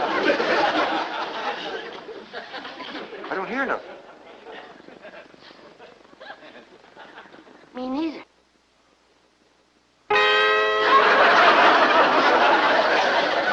What do you mean my wife's on her way from Boston? That's the message I got when I tried to put through your call. She's on a jet, right? Never mind the grisly details. Oh, I am ruined. If Margaret gets one look at those hillbillies next door, she'll leave me. Get my psychiatrist over here. Move over, Claude. I need this more than you do. I know you don't need your psychiatrist. You're looking at the dark side. There is a bright side. Of course. Your wife is an intelligent woman. You'll see that underneath that rough exterior, the Clampetts are basically fine people. Why, she may even help them to get socially acclimated. You're right. I don't need my psychiatrist. You do. Your wife will take... My wife, through whose aristocratic veins flows blood the color of bluing, considers anyone whose ancestors did not arrive on the Mayflower immigrants. Yes, she does make rather a fetish of the family tree. But nothing. I'm stuck. I'm either going to lose my wife or my largest depositor. That's what makes the whole thing so difficult. You know, I like the Clampetts, but I love my wife. Isn't life weird? She's a snob, she's a hypochondriac, she's not young and beautiful, but I love her. And now I do need my psychiatrist. Now, Mr. Drysdale, as we used to say at Vassar, que tout est bien, tout est clarisette. Courage will light your path. Yes, I know what I have to do. I'll go to the airport. I'll take Margaret in my arms. I'll look her in the eye, and lie like a rug. I'll tell her the Clampetts have left town and put her back on the plane. I beseech you, do not become enmeshed in a web of lies. But it won't be a lie if the Clampetts are tricked into actually leaving town. But they're just getting settled. What could possibly induce them to leave town? That's your problem. Me? You expect me? But they like you. Finagle them into going to Palm Springs for a few days. No, no. I will not help you spin your deceitful web. Miss Hathaway, would you rather be an unemployed secretary or a spider with a raid? You know, I think the Clampetts might enjoy Palm Springs. Palm Springs? Where's that? It's about 125 miles from here. In the desert. Desert? Yeah, remember we crossed on them on the way out here. All that sand? Yeah, I remember. You ain't getting me to no desert. Trees were so far apart, the woodpeckers had to tote lunch. But this is different, Granny. This is a beautiful resort with lots of trees and fine hotels and swimming pools. We got a pond for swimming right here. Ellie's out swimming right now. You didn't jump in with her clothes on, did you? I don't know. Oh, surely not. She promised to wear the lovely swim ensemble I got her. Yeah, she done just like Jethro. Here she comes with the dress shrunk clear up to her. Granny! What's the matter? All her hair come out. What? It's true. Ellie lost her beautiful hair. Heaven help her, she's bald as an eagle. Ellie Mae, take off your bathing cap. Oh, praise be. All right, but Ellie, you hadn't ought to went swimming with your clothes on and shrunk up that nice dress. This ain't a dress, is it, Miss Jane? No, dear, it's a beach jacket to wear over a bathing suit. Ellie Mae Clampett. Cover up your nakedness, child. That's the way everyone goes swimming out here. It's perfectly proper. Well, you wouldn't catch me in nothing like that. Me neither. Mr. Clampett, how would you like for a member of your family to become Princess of Palm Springs? What? They're holding a beauty contest at the Springs this week, and someone in this very room has the face and the figure to win. When the judges see her in a bathing suit... I told you I ain't putting on no bathing suit. Believe me, Mr. Clampett, this beautiful daughter of yours can win that Palm Springs beauty contest without even trying. Can we go, Pa? I'm sorry, Ellie Mae, but I just don't cotton to the notion of a bunch of strangers gawking at your bare limbs. Besides, we already know you're the prettiest. Why shame all them other girls? Run along and get some clothes on. Yes, sir, Pa.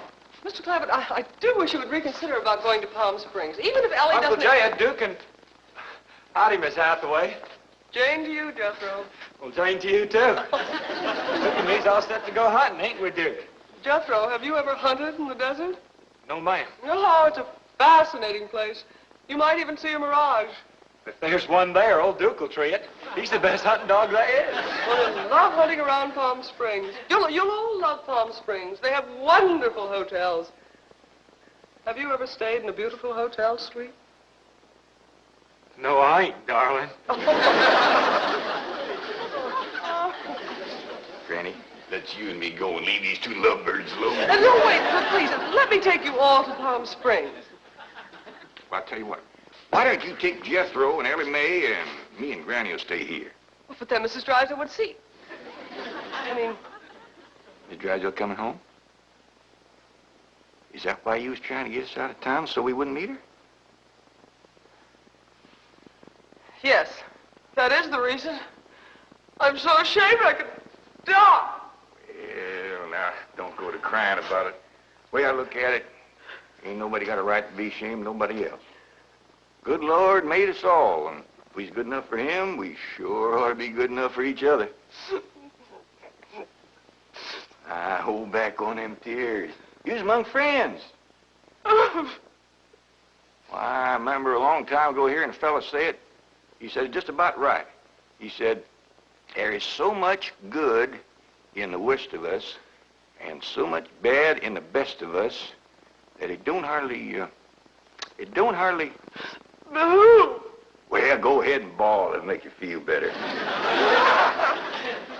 I'll tell you what. If this means so much to you, we'll all pick up and go to them Palm Springs with you. Oh, Oh, bless you. Mr. Drysdale will be so happy. I'll go help Billy May pack. I'm telling you, that Miss Drysdale must be a mess. She's gonna need our help, Jed. This is a poor time for us to be leaving. Yeah, we gotta help her once we get back. Right now, we gotta respect Mr. Drysdale's feelings. Jethro, you go get the truck ready. Okay, Uncle Jed.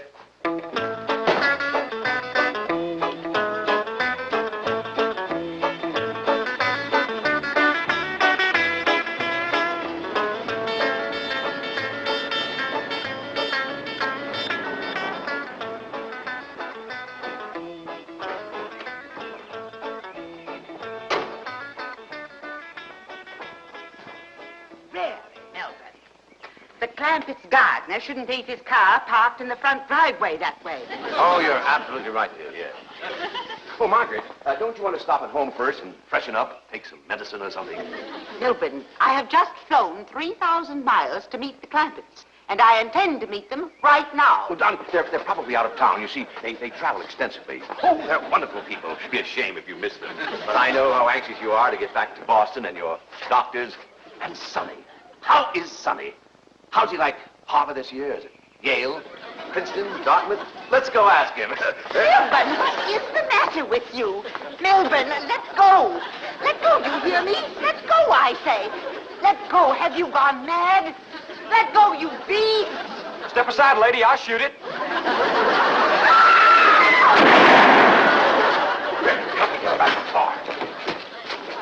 What'd you shoot, Jethro? I think it was a fox. Who's that? My wife. And why aren't you in Palm Springs?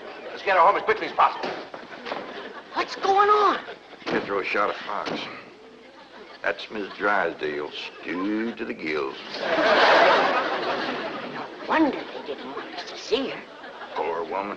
You mean poor husband. Yeah. We can't go up to Palm Springs and leave our neighbor at a time like this. That's right. We gotta pitch in and see that his wife gets cured. Uncle Jed, are we going hunting? Might as well. It'll be a while before she sleeps that one off. Well, I hope there's some possum around.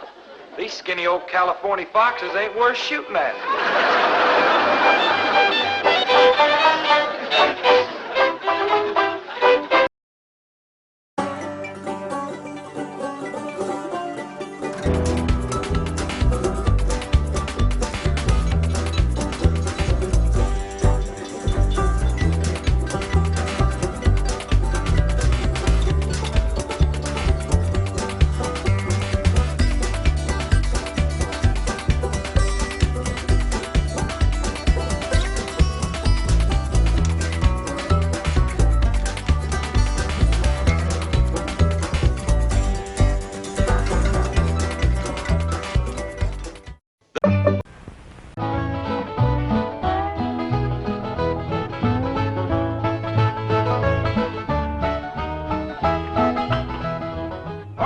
Jethro, tell us exactly what happened with Miss Drysdale. Well, I come around the side of the house, and I see this here lady fighting with a furry-looking varmint. Turned out it was Miss Drysdale. No, Uncle Jed, it was a fox. Lady was Miss Drysdale. Oh, yeah. So I grabs up the shotgun, and I says, step aside, lady, and I'll shoot it. Well, instead of that, she whipped around and throwed that thing in the air. Well, I shot it on the fly. With both barrels. Blew my wife's fox fur to shreds. I wonder if she fainted dead away. I caught her just in time. The chauffeur had to help me get her into the car. She was out like a light. She was stewed to the gills. You said it took 2 men to get her back in the car. You know, Jethro, could be that there fox was Miss Drysdale's pet. Why in tarnation would she want a sneaky old fox for a pet? 'Cause them kind of people are liable to do anything. What kind of people? Ask your pa. Well, I reckon I can't protect you from the ugly side of life forever. You see, Miss Drysdale is what city folks calls what was her husband called it, Granny? Hypochondriac. Yeah, that means she drinks a little. A little? Her own husband said her bedroom was full of bottles.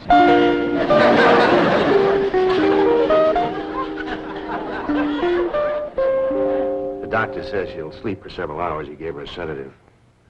What about Claude? Oh, she insisted that he have a sedative, too. Poor dog, he's probably the first canine hypochondriac. Well, let's be thankful for one thing, Mr. Drysdale. What's that? The tree outside the window.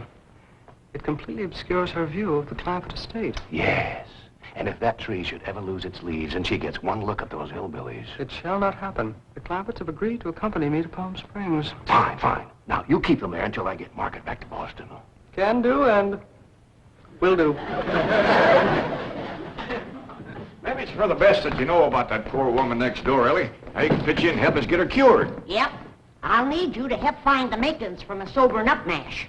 That's what I'll give her first. But Miss Jane said she was taking us to Palm Springs. Folks don't run off and leave the neighbors when he's in trouble. What all you gonna need for your sobering up mash, Granny? Well, most of the stuff I got. But it takes pecan root, wretch weed, sourdough, skunk oil, chimney soot, spider webs, horsebeard, snake bark, pepper leaves, chicken gizzards, stump water, coal oil, slippery elm ooze, and turpentine, and a few more things that's secret. Oh, and the biggest toad you can find. Granny, you use a live toad? That's just for testing. I give it a swallow to see how far it jumps. Last time Granny used a sobering up mash, set a new record. Clean over the top of Alverny Bradshaw's clothesline. That's tall jumping for a toad. Oh, this wasn't no toad. This was Alverny's husband, Homer. It was him Granny was sobering up. Well, Ellie, if you're going out in the brush hunting stuff for Granny, you'd best put on some old clothes. Okay, Pop. Well, let's get it going.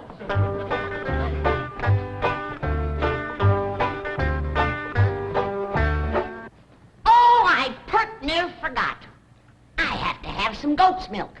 After Mrs. Drysdale takes my sobering up mash, she has to have fresh goat's milk every half hour to stop the burning. Well, I reckon Jethro can borrow some. Well-to-do neighborhood like this, folks is bound to keep goats. Everybody except us. We ain't even got a cow. Nor pigs neither. Nor chickens. We ain't even got nothing to pull a plow. You're supposed to be so dad-blame rich. I'll bet we're the only family in Beverly Hills that ain't got a mule. I reckon it is high time I was stocking this place. Even Mr. Drysdale's been after me to buy some cattle. Well, good for him. Yeah, just the other day he says to me, Mr. Clampett, you got $25 million in cash. You ought to put some of that money into stock.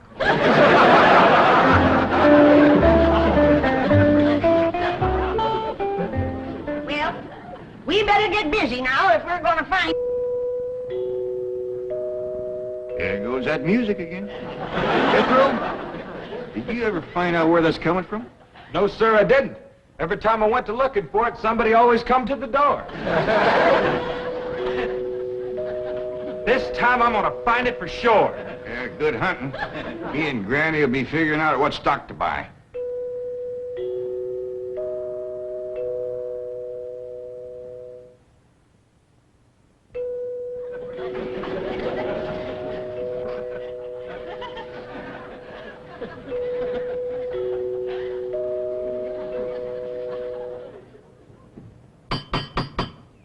Doggone it, never failed. Howdy, Miss Hathaway. Oh, please stop calling me Miss Hathaway. Now, if I can call you by your first name, Jethro, surely you can do the same for me. But, Please? well, howdy, Miss Jethro. How about calling me Jane? I like that better. Well, are we all set to leave for Palm Springs? No, ma'am. Uncle Jed and me's going to town and buy some stock. Stock? Yes, ma'am. Mr. Drysdale, he told Uncle Jed he had ought to put some of his money into stock. He dictated a memo on that. But you needn't waste time driving into town. You can order your stock by telephone. Now, here are Mr. Drysdale's recommendations. He doesn't want your Uncle Jed to get a bum steer. Oh, Uncle Jed, he wouldn't buy no bum steer. He should be cautious in the bull market. You gotta be careful with cows, too. Jethro, you have the most delightfully bucolic sense of humor. Now then, would you like to ride to Palm Springs with me, or would you prefer to drive and meet me there? Jethro, Oh, yes, ma'am. Would you like to drive your own car? Oh, yes, ma'am. I like to drive. Very well. I have typed out explicit directions. I've even drawn a map showing the exact location of the hotel. They have a lovely pool, and Jethro, Oh, yes, ma'am. I'm taking a bikini to Palm Springs. Is that faster than a train? Jethro, you dear naive boy. You shall see when we go swimming. You Tarzan. Me Jane. No, ma'am. I'm Jethro Bodine. I almost hate to see you change. I ain't gonna change. Oh, yes, you will. Under my tutelage, you will become an educated man of letters. Someday I shall introduce you as Jethro Bodine. B.A., M.A., Ph.D.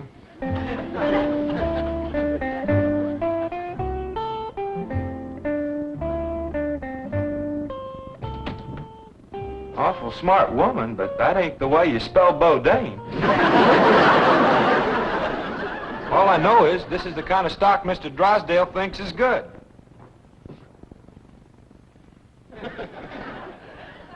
What does that say? IBM. What's that spell? IBM. What's an IBM? I don't know. Next it's got, S's. S's? Well, that's what's wrote there. USS. That makes sense. Maybe it ain't Mr. Drysdale's fault. Just between you and me, that Miss Hathaway can't spell for sour grapes. I don't need this list nohow. Me and Granny's already figured out what we want. That's right. A pair of goats, 3 pigs, 4 cows, a bull, a mule, and a dozen chickens. Reckon we get all that on the truck? Don't have to. Miss Hathaway says just call on the telephone and they bring them out. Oh, now, ain't that nice? Hello? Jed, I watched that banker feller. You have to stick your finger in them holes and spin her a while. All right.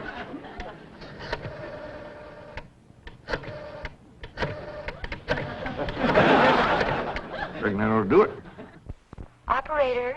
Oh, howdy, ma'am. This here is Jed Clampett. I'd like to buy some stock. What number do you wish?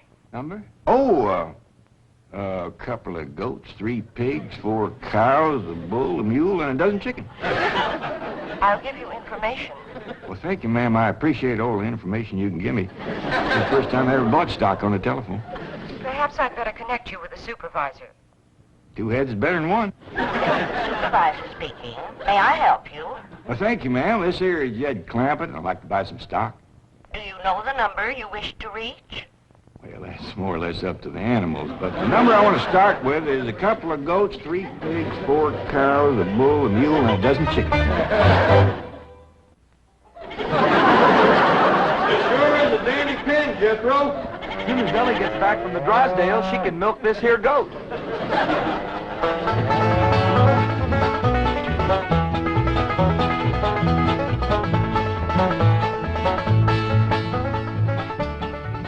Drysdale sure has got a nice house, ain't he, Granny? Yep. Nice house, nice car, nice job. But the evil of drink has sure laid a heavy hand on his heart. Never forget, Ellie, drinking is a curse. But you take a drink now and then, Granny. Never more than a thimbleful.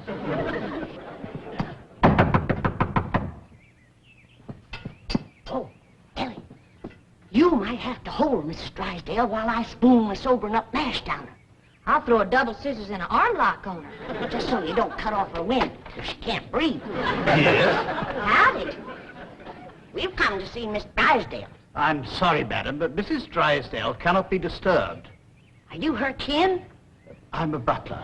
Oh, that must have been her maiden name. You're taking care of her, are you? I am a butler, madam. Well, I'm glad to see that her family ain't ashamed to help her. Whom shall I say called? Well, this here's Granny, and I'm Ellie Mae. Pa and Jethro would have come too, but they're busy with the cattle. Very good. Hold on now. We've come to see Miss Drysdale. Mrs. Drysdale is indisposed, madam. She is not receiving. Oh, still sleeping it off, huh? Well, When she comes to, you just spoon half of this down her and then stand back. Yes, she'll commence to doing some tall jumping. Don't bite you. We'll be back later with the goat's milk. Want me to stay and help you do for Miss Drysdale? We are managing, thank you. Are you doing the washing and the cleaning and the cooking for her? Certainly not. Oh, just letting it pile up on her, huh? I am a butler.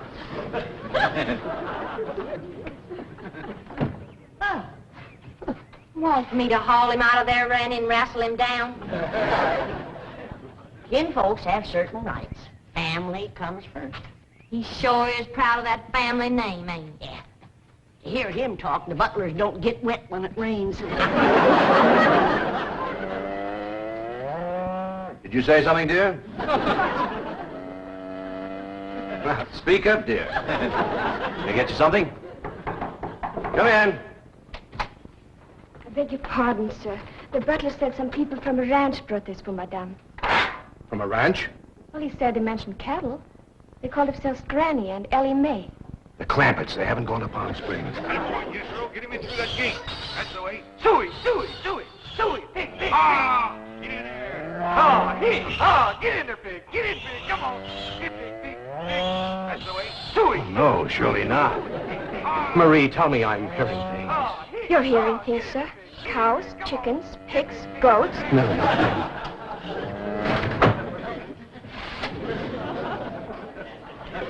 Anything I can do, sir? Pray, Marie. Pray.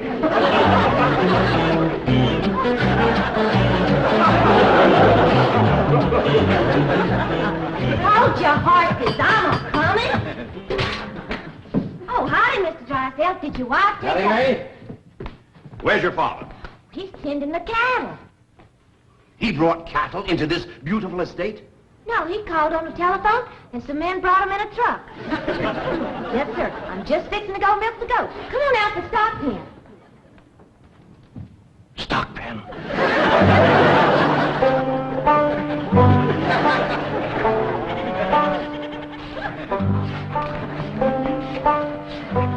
Yes, sir, Mr. Drysdale. I finally took your advice and put some of my money in stock. How's that goat milk, Ellie? Just fine, Pa.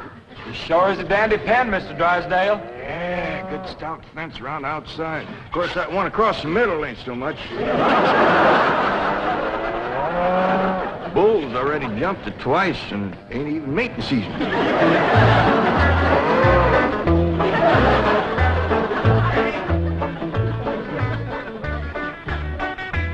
Got ourselves some mighty fine-looking stock. Of course, they need a little fattening up. Mr. Drysdale happy to see him? Granny, he was so happy he couldn't talk. He just kind of hung on a fence and made little gurgling noises in his throat. Well, that poor man has some joy coming to him. I'm glad to be able to help him to forget his trouble for a spell. Here's the goat's milk, Granny. Oh, good, Ellie. Now, you run that right over to Mrs. Drysdale. That sobering up mare smarts considerable unless you follow it up with fresh goat's milk. Ellie, Mr. Drysdale ever find his tongue? Yeah, Pa. Whilst I was milking the goat, I heard him kind of mumbling like he was giving thanks. He says, "Oh, what have I done to deserve this?" Lord love him. Ain't that pitiful? Hurry, child, now hurry. You know, Granny, it gives a person a mighty good feeling to help a neighbor. You betcha. And he needs us, because his wife's kin ain't no help. Who's that? That high and mighty Mr. Butler, that's who came to the door when Ellie and me took the mash over. Wouldn't let us see Miss Drysdale. Now, you can't hardly blame him for not wanting folks to see it. Uncle Jed, the bull jumped that little fence again, so I tied him back over on his side. Where's Mr. Drysdale? I asked him to come in for some coffee. It was the funniest thing what happened to him. You know how he was hanging on the fence of the stock pen, kind of gurgling and mumbling happy-like? Yeah.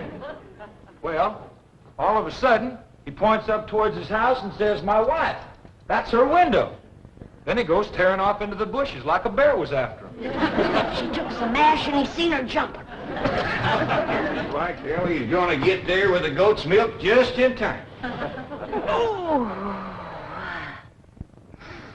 Oh, Sonny, Sonny, your mumsy just had the most ghastly dream. I was going to see our new neighbors, the Clampetts, and suddenly this dreadful giant appeared with a huge gun and shot my beautiful fox fur. Isn't that the most dreadful... Claude, what are you eating? Oh, did Ravenswood bring my darling boy some nice fishy scraps? Claude. Claude! Marie,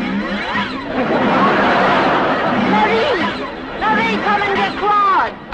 What's the matter, dear? Claude, he's having a seizure or something. Is something wrong? Yes, Marie. Open the window. Yes, let's have some fresh air. No. You take Claude to the doctor. I'll get the window.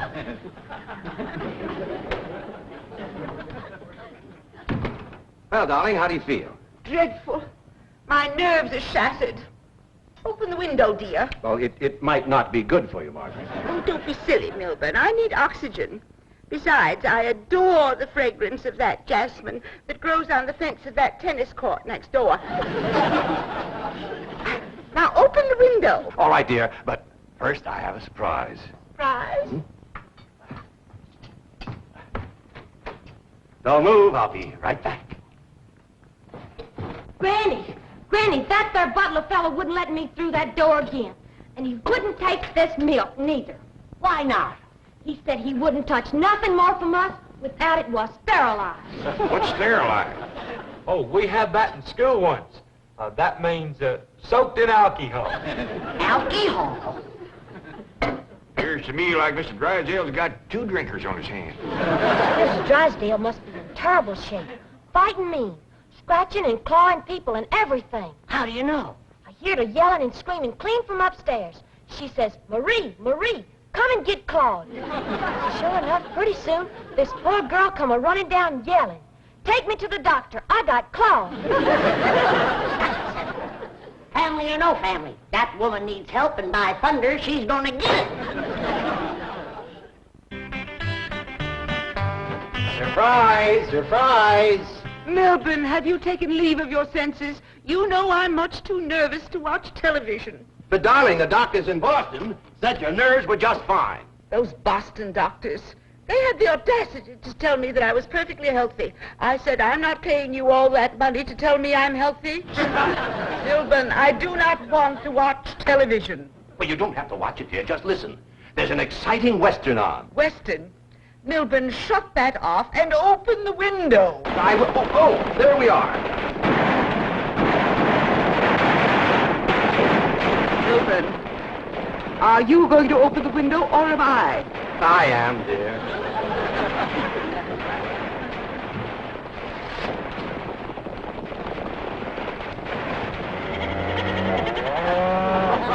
There, you see, the cattlemen and the sheepmen are fighting it out. If you won't turn it off, I will. Oh, dear, I do admit that's a very old clock, but I'm sure we can get something better.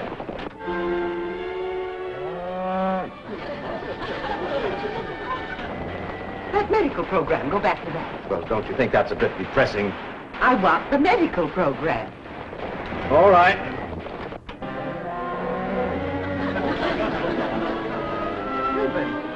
I still hear the cattle and the goats.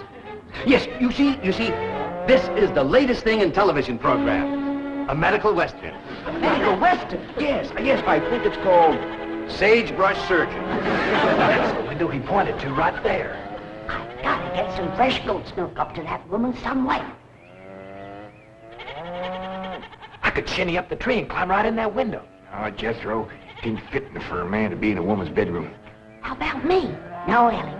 You're too young to handle somebody wrestling in the grip of old John Barleycorn. I gotta get up there and have a goat handy to milk ever so often. I think I got it figured out, Granny. What? I'll get a rope, throw it over that limb, hoist you up to the window. Jethro, you get that Mr. Butler away from the front door. And then, Ellie, you take the nanny goat, lead it upstairs to her room for Granny. All right, Paul. But that little goat ain't gonna do nothing unless he's got that little chicken sitting on his back. That's all right. Raw egg ain't gonna do Mrs. Drysdale a bit of harm.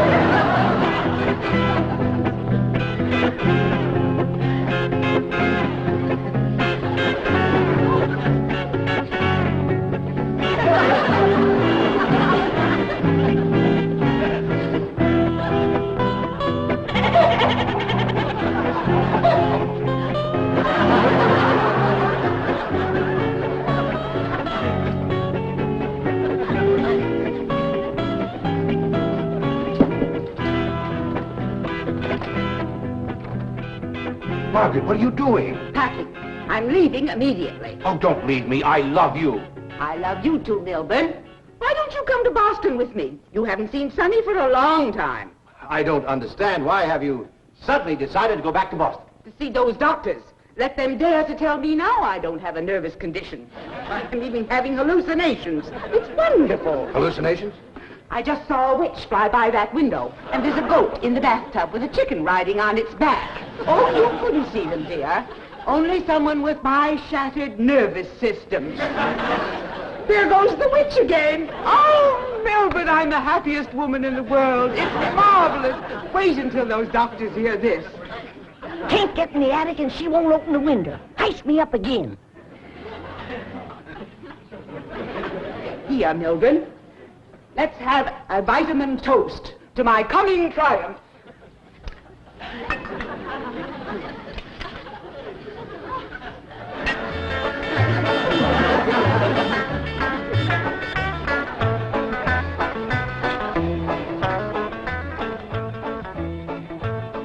Too late, Jed. What do you mean, Granny? We didn't get to her in time. Now she's got her husband on the stuff.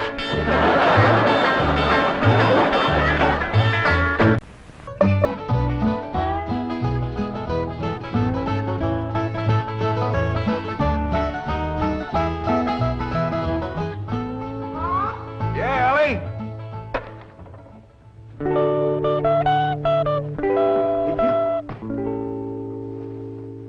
Ellie Mae Clampett. Why, you the prettiest thing I ain't never in all my born days. How'd old mountain goat like me ever get a young'un like you? You're a queen. That's what you are in that shiny dress standing there. You're a queen. Feel it, Paul. It's slicker than a toad's belly. I'll get if it ain't. What kind of dress they call that? Well, this is what you call a ball gown. A ball gown? Well, you's even catching on to what they're named. Well, Miss Hathaway, she pinned a piece of paper onto every dress she got me, telling what it was for. You better tote along the shotgun and keep the fellas away. Oh, no, Paul. That's what I'm going out for, to meet some fellas. Hallelujah. You know, you're going to find out something I've been saying is the truth. You don't have to dress up in boys' clothes to have fun with boys. I'm going to keep my promise, Paul. I ain't going to wear nothing but dresses for 3 whole days. And I'm going to keep my promise, too. If you don't have just as much fun as you did climbing trees and wrestling, you can go back to wearing your pants and shirt. Goodbye, Paul.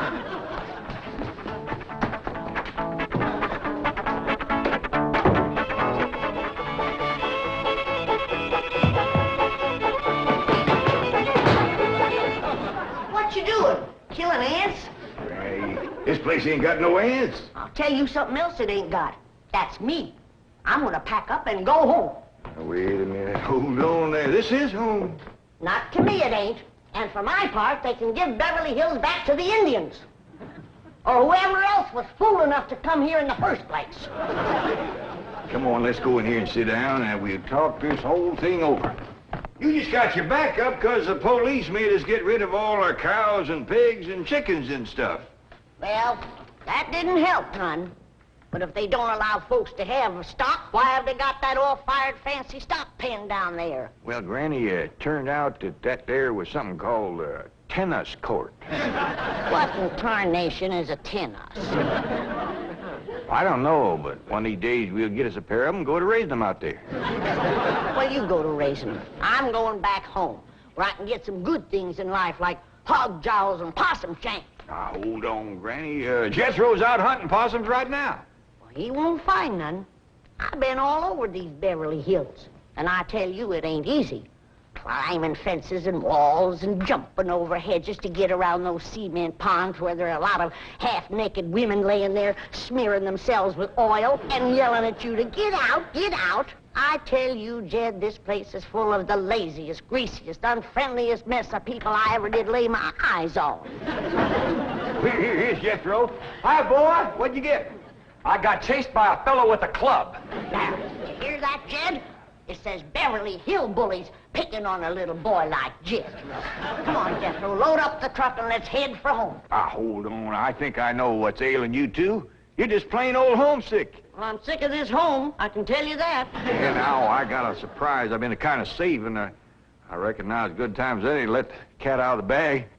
We need pigs and chickens, and he gets us a cat. Now, that ain't the surprise, Granny. The surprise is Pearl's coming out here.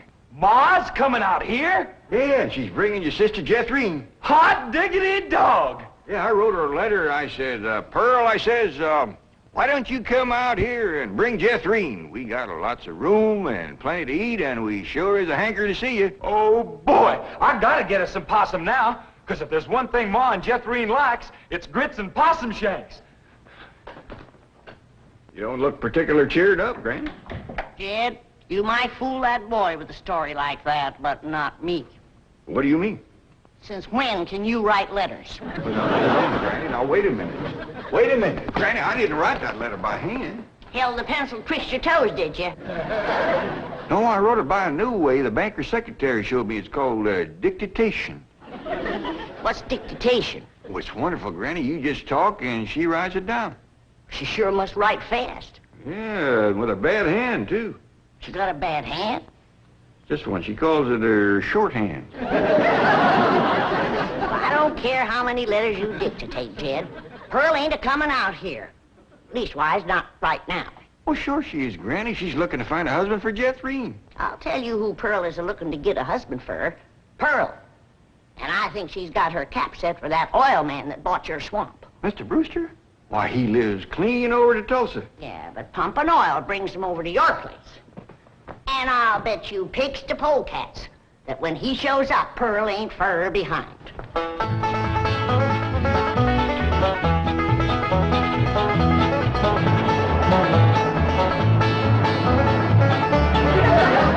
There he is. Hold on, Jethrine.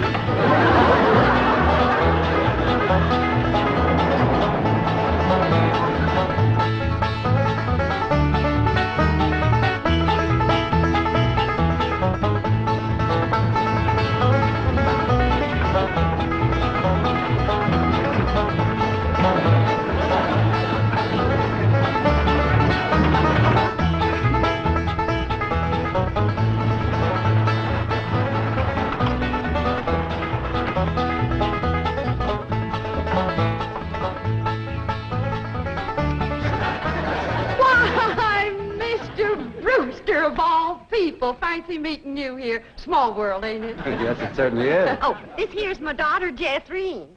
This is Mr. Brewster, dear. I'm pleased to meet you, young lady. Hi. May I give you a hand, Mrs. Bodine? Oh, thank you. Stay in the buggy, dear.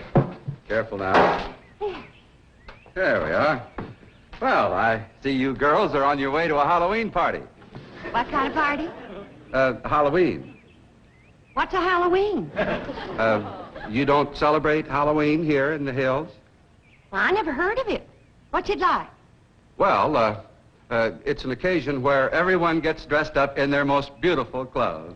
Oh, these old things, they're just something I threw together myself. Well, they look like they came from Saks. Well, they didn't. I made them with store-bought yard goods. Didn't I, Jethrine? Yes, sir. What brings you girls here on this beautiful Indian summer day? Following you. we was headed this way anyway. I promised to keep an eye on the old home place for Cousin Jed, remember? Mm. Oh, I hope he won't mind that I had a telephone put in the cabin. You see, we're using it as a sort of a field office. Oh, he won't mind. Especially if you would show it to me and I could see for myself that there was no damage done to the cabin. Well, that's quite all right. Come along, huh? Stay in the buggy, dear. Well, perhaps you'd like to stretch your legs. They're long enough now. Jethrine's awful tall for age. She takes after her father. Her late father, that is. I'm a widow. Yes, I believe you told me. Oh, that's right. That's when you told me you was a widower. Yes. You, still are, I suppose. A widower? No, yes. Stay in the buggy, dear.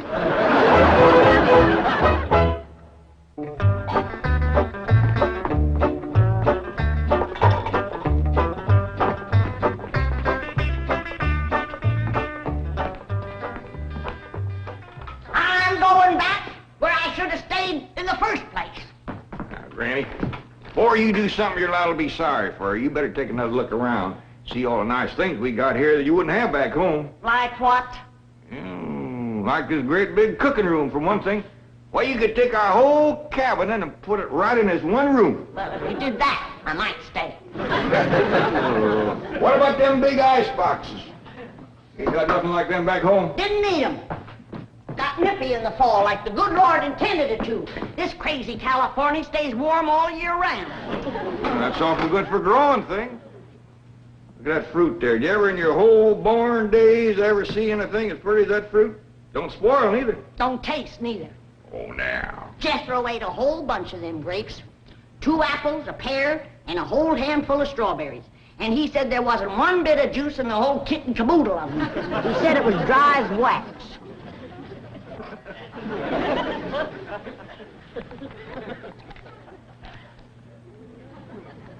His a mighty dry and gummy.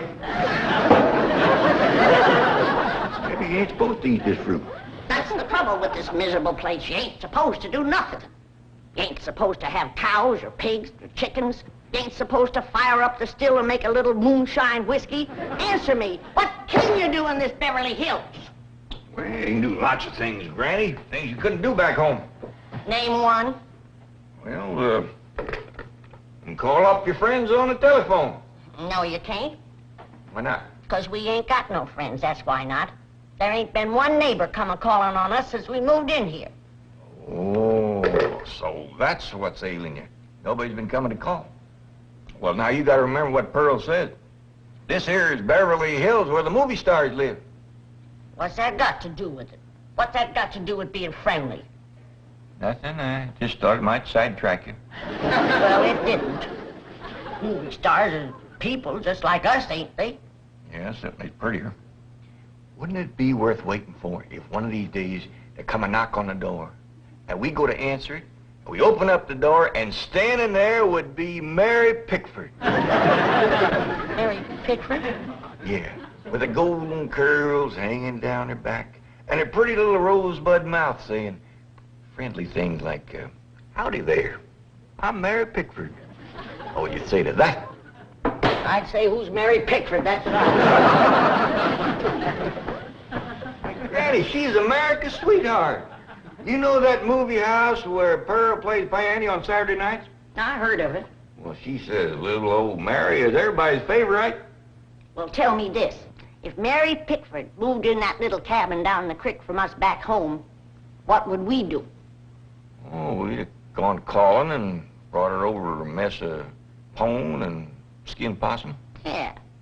And has Mary Pickford brought us a mess of pone and skinned possum? No, she ain't. You gotta remember, Granny, she probably spent 4 or 5 hours a day just fooling with and combing that beautiful curls hanging clear down Uncle Jim! Well, hello, Jethro. What'd you get this time? I got arrested. Yeah. Policeman, he took my gun away. He said they don't allow hunting in Beverly Hills. That does it. That does it. Then he pointed to old Duke here. He said, that dog had his rabies shots? And I said, no, sir, that dog ain't had nothing shot. I'm careful with a gun. What'd he say? He said, oh, a wise guy, huh? So he put Duke and me in his police car. But we jumped out and run.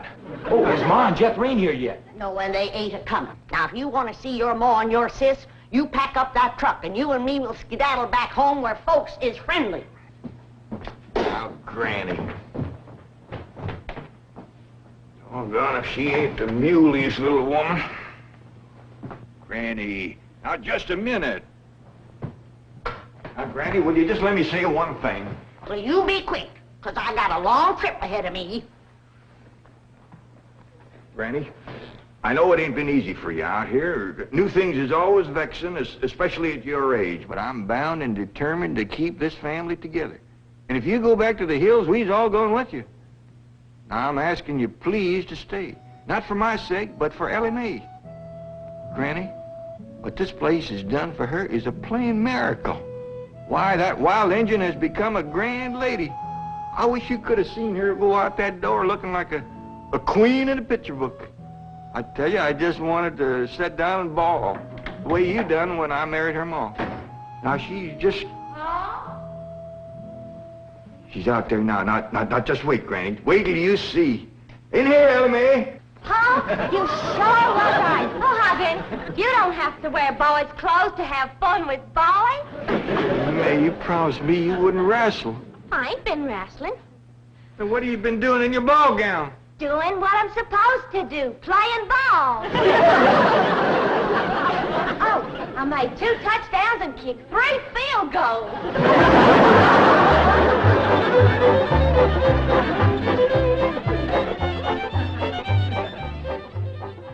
Well, your cousin certainly seems anxious for you to come to Beverly Hills, Mrs. Bodine. Will you? Mrs. Bodine?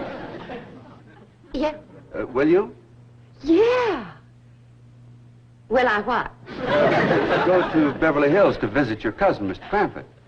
Oh, well, not right now. I'm awful busy.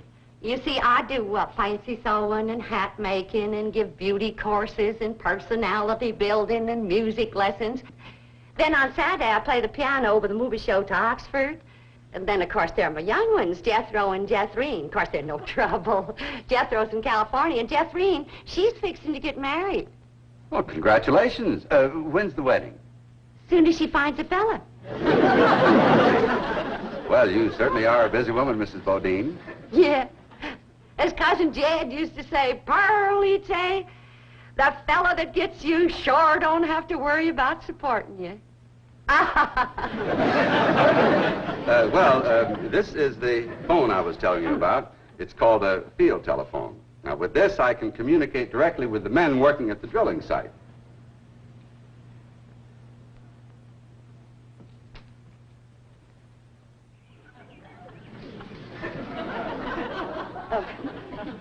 Any young men down there? Oh, yes. Any unmarried young men? I'm sure there are.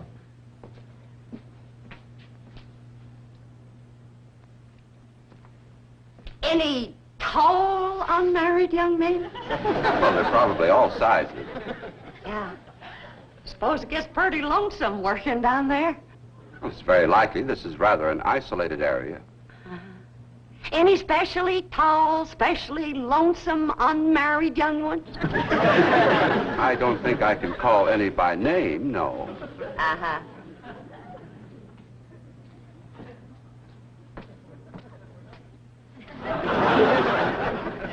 Well, I was just wondering.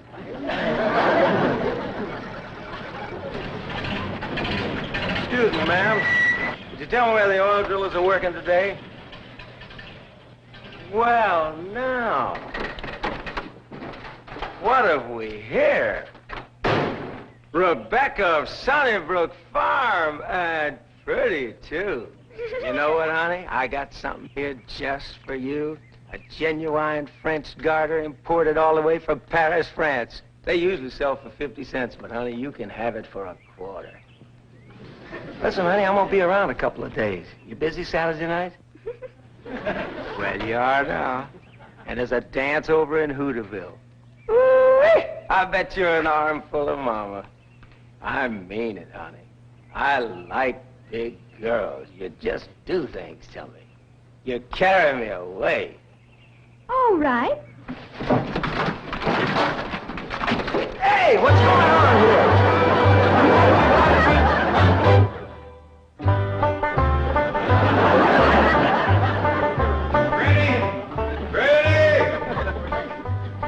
There you are.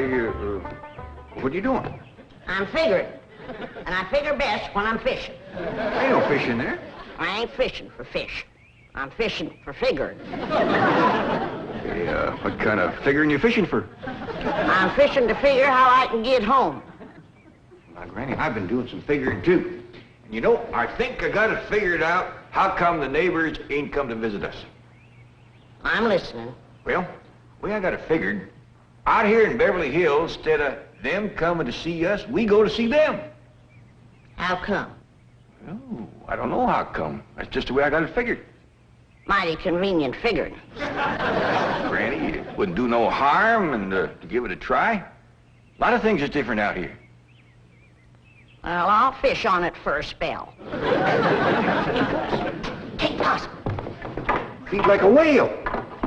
Who said there ain't fish in here? Well, that's the prettiest I ever seen. Ah, I gotcha, you rascal. I'm gonna throw you right in the frying pan. This thing ain't nothing but skin.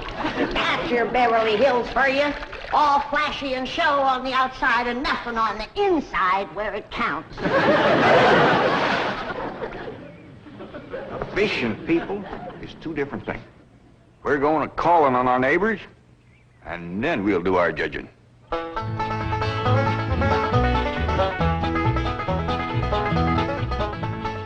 Well, let's see now. Which neighbor shall we call on first? Mr. Drysdale's off in Boston with his missus, so let's go this way. If you ask me, let's go back that way. Now, Granny, you promise. Come on, everybody, let's go. You reckon they'll give us a mess of pone or something, Pone? Or maybe some salted down possum. Probably so lie on us.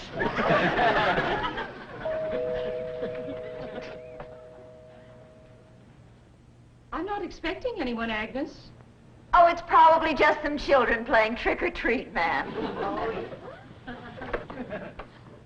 Hi, ma'am. We's the Clampetts. You got something for us? Yes, no. Aren't you rather big for this? Yes, ma'am, we are. In fact, I don't see how anybody gets through that little door. Just a minute. Come in. Come in and set a spell, as you folks say up in the hill. Well, we, thank you. We got a lot of calls to make. But, this here's Granny. Howdy. Hello? I'm my daughter, Ellie. Oh. My nephew, Jethro. Jethro. And I'm Jed. Hello, Jed. I'm Agnes. Just call me Aggie. Mighty nice place you got here, Aggie. Oh, shucks, 'tain't nothing but a heap of bricks, but we call it home. Well, sure is nice to meet up with you. Oh, well, now, wait just a minute. I got something for you. Wait a second. Here you go, Granny, and Ellie, that's you, and Jethro, you and Jed. There.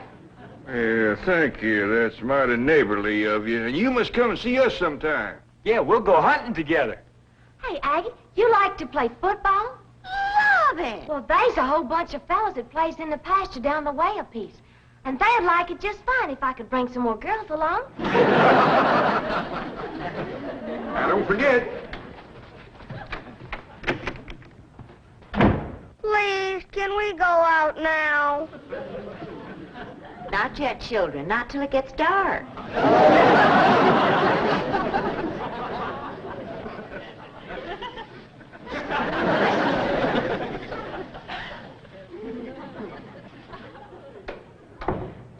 Ain't that the most pitiful thing? Heart-rendering. Just heart-rendering. Nice-looking woman.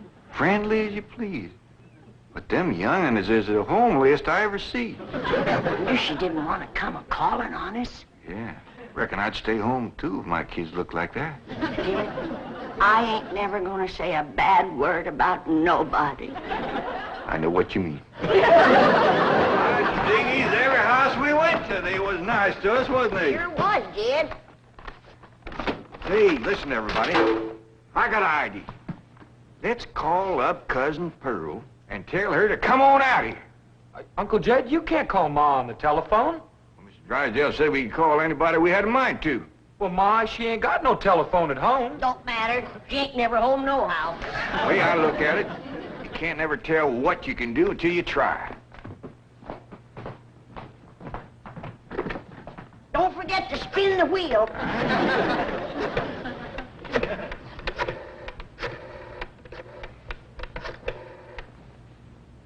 Howdy, ma'am. I want to talk to Pearl Bodine back in Oxford. That's right, operator. J.D. Clampett in Beverly Hills. Oh, Jed's sure gonna be surprised to hear me talking at him on this thing. Oh, they're ready to make the connection. Hello? Jed, that you, Jed? You betcha it is. Hello, Pearl, you old rascal. What you doing down there? Hi, Barry, Pearl. This here's Ellie. Jethro talk in a minute, but first I want to say something. You gotta come out here to Beverly Hills and bring Jethrin. If she can't get a husband out here, there ain't no hope. You ain't never seen so many homely young'uns in all your born days.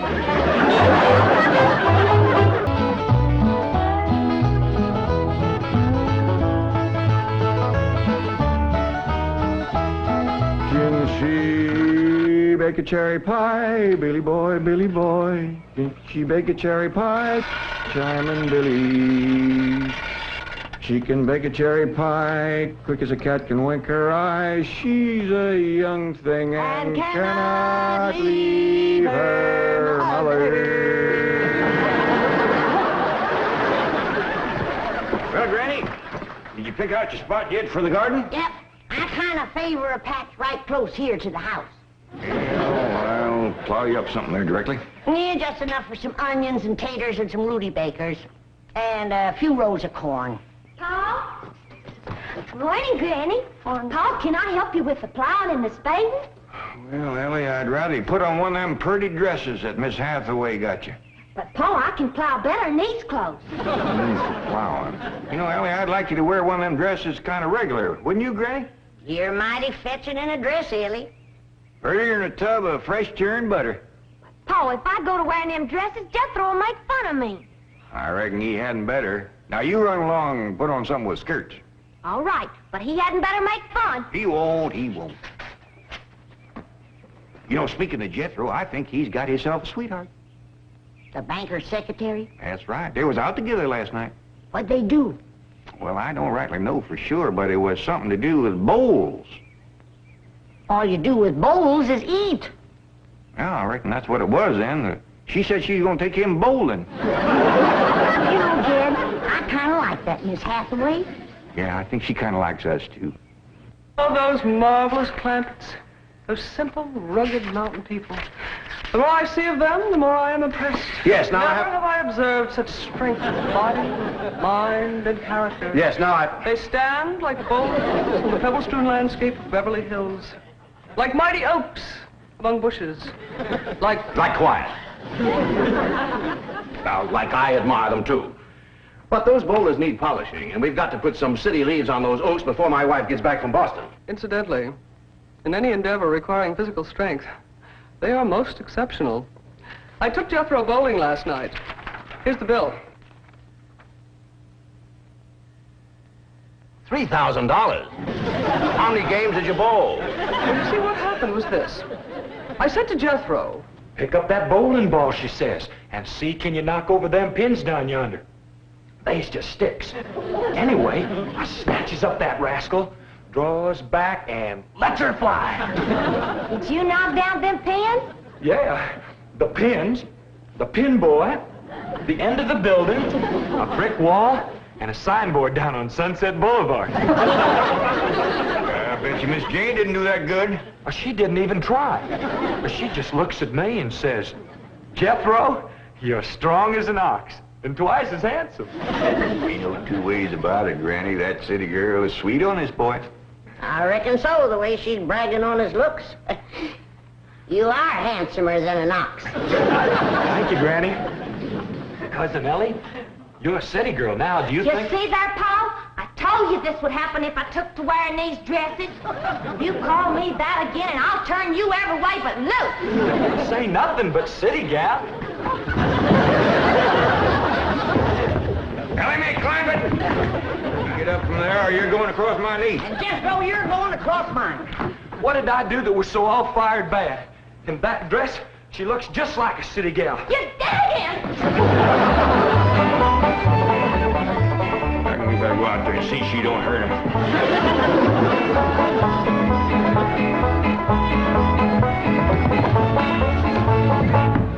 Ellie Mae! Maybe me, Ellie Mae! Jethro, now that we're living in a city, you got to learn to use the steps. You'll be happy to know that I'm making splendid progress with Ellie Mae. She's turning into quite a lady. Fine. But it's Jed, Granny, and Jethro we've got to work on. Clothes, manners, the works. What have you done about servants? That's a problem, Chief. They're basically opposed to the whole idea of able-bodied people letting others do their work for them. Well, that's a refreshing attitude. But we've got to get a skeleton staff in there somehow. A combination butler and valet for Jed and Jethro, who help them assemble a wardrobe, teach them how to... Ravenswood. Your butler? Oh, he's never been my butler. Came with my wife like an overweight dowry. Been in her family for years. And with Margaret in Boston, I can certainly spare him, plus her upstairs girl, Marie. I doubt if you can sell Mr. Clampett on the idea of servants. Get him on the phone. I'll make him think he's doing me a favor by taking him off my hands for a while. Right, Chief? She hadn't ought to throw me down on my head like that. What if I'd have been carrying a frog in my hat? You ain't supposed to be wearing your hat in the house. Well, Granny, where's a fella going to carry a frog? They jump out of your pockets. Hello? Oh, howdy there, Mr. Drysdale. Glad to have you back from Boston. Your missus come with you? Oh, that's too bad. I know her and Granny'd hit it off like two sows in a mud waller. Yes, I'm sure they would. Recipes? No, my wife doesn't do much cooking. No, I doubt if she ever made grits and hog jowls. Well, how about mustard greens and possum belly? No fooling. Pone and squirrel shanks? Boiled chicken hawk. Well, say, she don't do much cooking, does she? No. Well, the reason I called Mr. Clampett is I have a butler. Well, he really belongs to my wife's family, but he's been with us ever since we were married. And I was wondering if you'd let him come and stay with you for a while. You mean board with us? Well, I guess you could call it that. Who's going to board with us? Just a minute. Some kin of Miss Drysdale named Butler. Oh, why, we'd just... That's that no good fat rascal that wouldn't let Ellie and me in to help Miss Drysdale when she was sobering up. Hello? Granny was talking at me, but she's done now. Oh, no, she ain't. Just a minute. Granny, let me hear the man out, and then we can talk it over. Yes, sir, Mr. Drysdale, I'm a-listening now. Well, in addition to Ravenswood, he's the butler, you can also have my wife's upstairs girl, Marie. Margaret may be away for some time, and I have absolutely no use for him. Well, I sure would like to oblige. Me and Granny will talk it over, and I'll call you. Oh, thank you. You'll be doing me a great favor. I was glad to help out when I can. Thank you again, Mr. Clampett, and goodbye.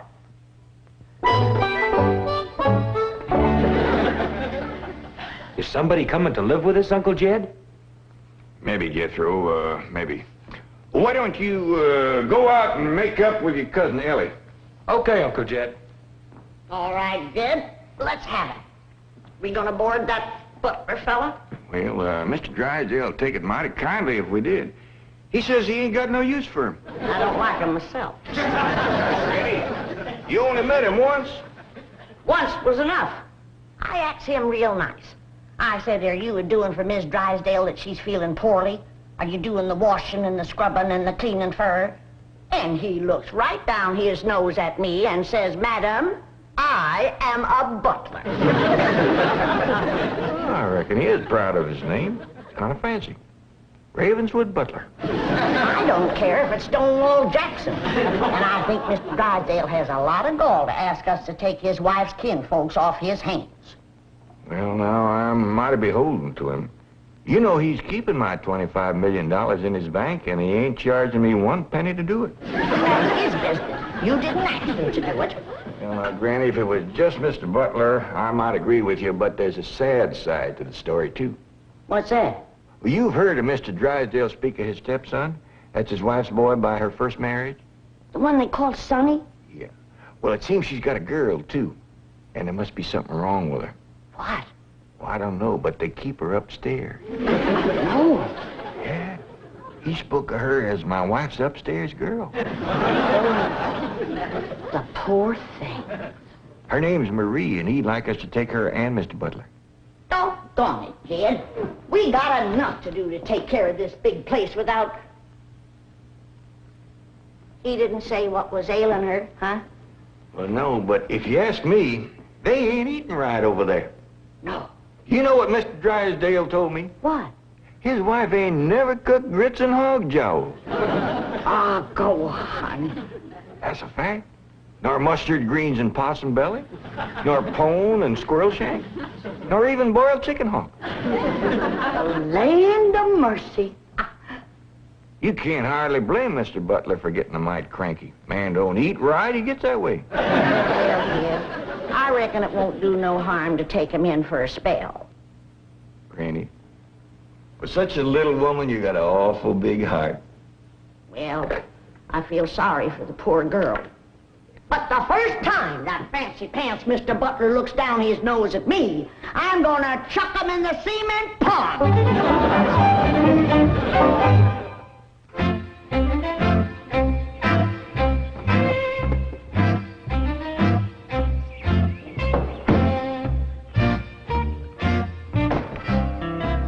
Now, I'm doubling your salaries for the length of time you stay at the Clampett home. But if one word of this gets back to my wife in Boston, you're both out of work with no references. Actually, you will find the Clampetts to be basically fine people. All they need is a little polish. Polish. They need sandblasting. However, I think Miss Hathaway's plan may overcome their initial resentment of wearing city clothes. Yes, I think I have devised rather a clever strategy. To put it briefly and succinctly, my strategy is as follows. I shall propose to the Clampetts that they sit for a family portrait. As you know, my hobby is painting. Now, I should suggest to the Clampetts that their attire match their background, which is, of course, their beautiful mansion. They will no doubt see the logic of my didactic approach, accede to my wishes, don suitable raiment, and, once they have seen themselves thus attired, take... We're in. Let's go. We forgot to dust the stair rail. I'll do it, Granny.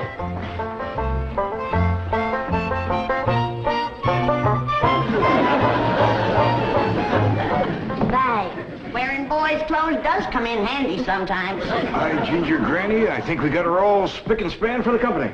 They ain't a speck of dirt no place. Can I go swimming now? Me too?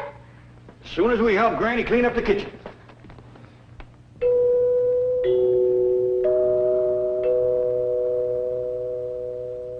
Here goes that music again. Sure is pretty. You ever find out where that comes from? Know 'em, Granny.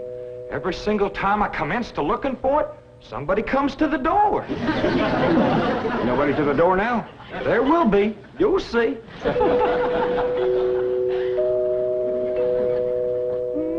Doggies, that's nice. Let's all pitch in and see can we find it. You're wasting your time. I'm a-telling you. Before you can find it, somebody will come to the door. There, you see? Happens every time. I remember, Ravenswood. I'm counting on you. Don't fail me. You have my word, sir. I've been butler and valet since boyhood, as was my father before me and his father before him. And I've yet to meet the man or woman who posed a social problem too difficult for me to handle. That's the spirit. Howdy there. Remember me, Mr. Butler? No! Ravenswood, come back! You gave your word! Come back, you coward! Come back here! I'll cut off your fringe benefits! Ravenswood probably forgot something. He'll return shortly. Meanwhile, this is Marie. Mrs. Drysdale's upstairs girl. Marie, Mr. J.D. Clampett. Howdy. Jethro Bodine. Ellie Mae Clampett. And Grandma Clampett. No, ma'am. I am a Moses. Pardon? Granny's related on my wife's side. They's the Moses family from Tennessee. Then your name is Granny Moses? Grandma Moses. That's right. There was a very famous Grandma Moses who painted primitives. I've whitewashed a few myself. I'll show Marie to her room. Listen, Marie, honey. Over here, you've got the run of the house. You don't have to hide upstairs. Ain't nothing wrong with that girl, but what some good cooking will cure her. She's half-starved. Poor thing is so weak her knees keeps a buckling on her. She's kind of pretty, though, for a skinny girl. Just wait till she gets a mess of Granny's grits and hog gels. That'll fill her out. Well, I'll get some of cooking. Guess that butler fellow will be coming back directly. Oh, and Granny, can we have some of that salted down possum belly that Ma sent us? Well, I reckon it is kind of a company meal. Granny, open up a jar of them pickled crow gizzards. Now, Jed, we don't want to spoil these folks. They might get to thinking we eat like that every day. Baby, will you do something nice for me? I sure, Paul. Will you go get into that pretty dress again? Oh, Paul, Jethro will make fun of me. No, I won't, Ellie Mae. Cross my heart. Why, That's my darling. Thank you. And then you be real nice to Marie. She's had a bad life. I'll be nice to her. She's pretty. Let's all be nice.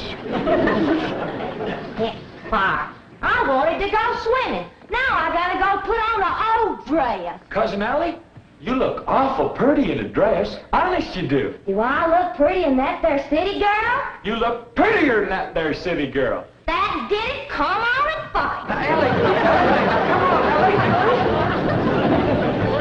There's nothing to be afraid of, Ravenwood. The fact that they're big and strong doesn't mean they're violent. Elephants can be gentle.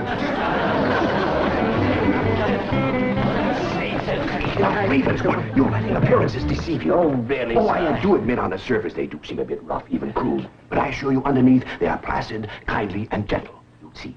You shouldn't have called me a city girl. Ella Mae, leave me alone, please, Ella Mae. City girl.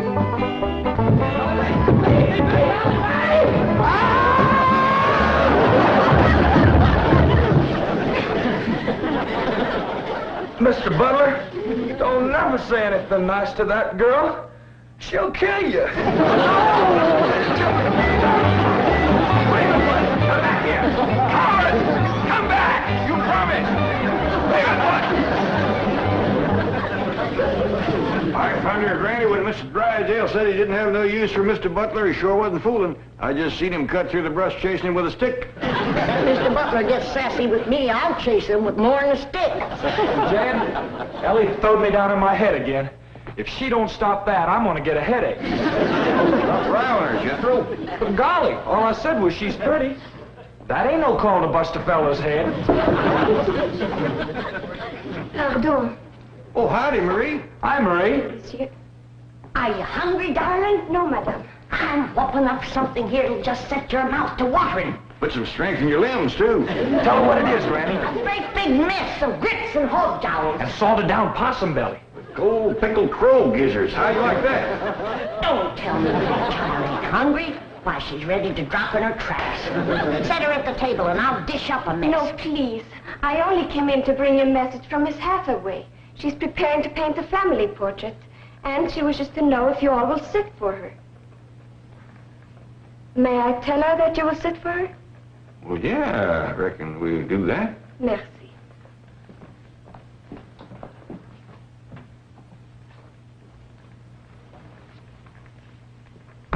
Well, let's get at it.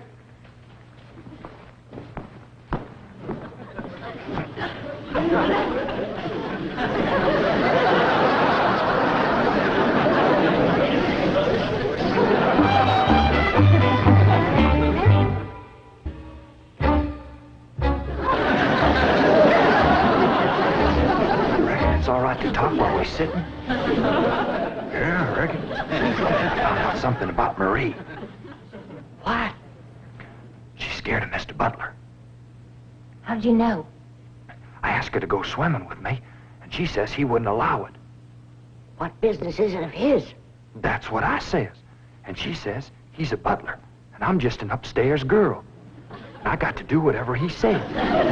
We'll see about this. Oh, dingies. Let's hit Mr. Drysdale, find him, and give him a whooping. I'll catch him, Granny. Well, you go put a dress on like you promised. Uncle Jed, I'm going swimming. If I see him, I'll fetch him in. Don't go jumping in with your clothes on again. Well, I won't, Uncle Jed. Miss Hathaway, she gave me a present last night. She says it's something special for her to go swimming in. What'd she give you? Oh, pair of trunks. You go swimming in a cement pond. Boy, it's too big to go swimming in a trunk. Ed? In a pair of them. I got a feeling that Mr. Butler feller is gonna be trouble. Yeah, we can handle him. Well, I still say that I think Mr. Drysdale has a lot of nerve to ask us to board his wife's relations. Maybe he's just fed up. Man can get awful tired of having his wife's kin underfoot all the time.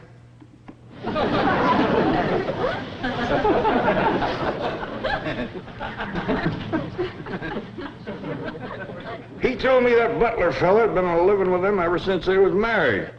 I declare some in-laws latch on to free room and board like leeches. It takes a mule kick to jar 'em loose. You can't hardly blame Mr. Drysdale for trying to get shed of a critter like that.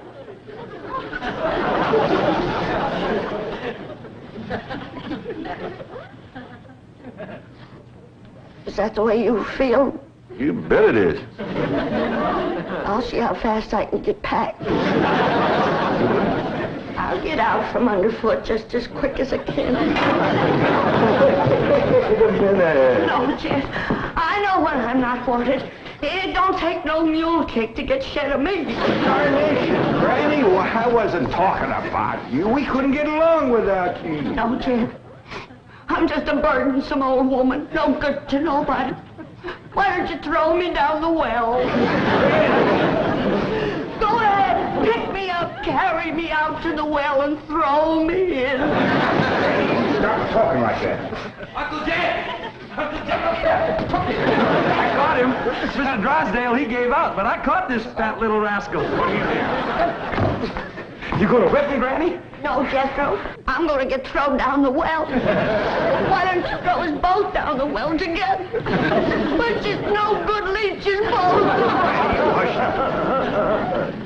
Mr. Butler, I'm sorry Jethro got a mite rough with you. He don't mean no harm. He's just an overgrown boy. Now, we'd all mighty pleasure to have you come and stay with us, and as long as you behave yourself, won't be no trouble. Oh, I'm Jed Clampett. Sir. This here's Granny. I reckon you and Jethro done met. Yeah. Sir. Oh, and this here's my daughter, Ellie Mae. Enchantée, mademoiselle. Vous êtes très belle, très charmant, très ravissant. Don't you dare use them kind of words to a lady. What do you say, Granny? I ain't sure, but it sounded dirty. If your daughter was pretty and charming, or you're so different from all the others, you're like a beautiful city girl. He had not have said that. Oh, Marie. Oui, Miss Jane. Didn't you say the Clampetts had agreed to sit for their portrait? Oui, they said they would do it. What is this? I believe it to be self-preservation, madam. No!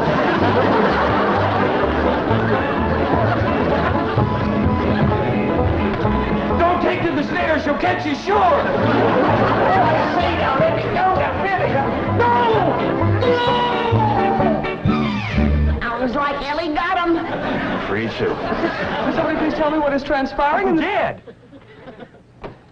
Ellie throwed him all right, but I caught him before he hit the floor.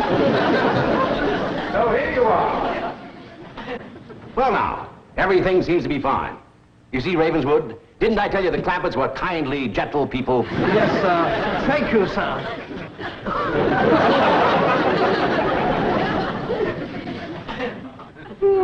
We're gonna have to feed up both of them, Granny. His knees is buckling, too.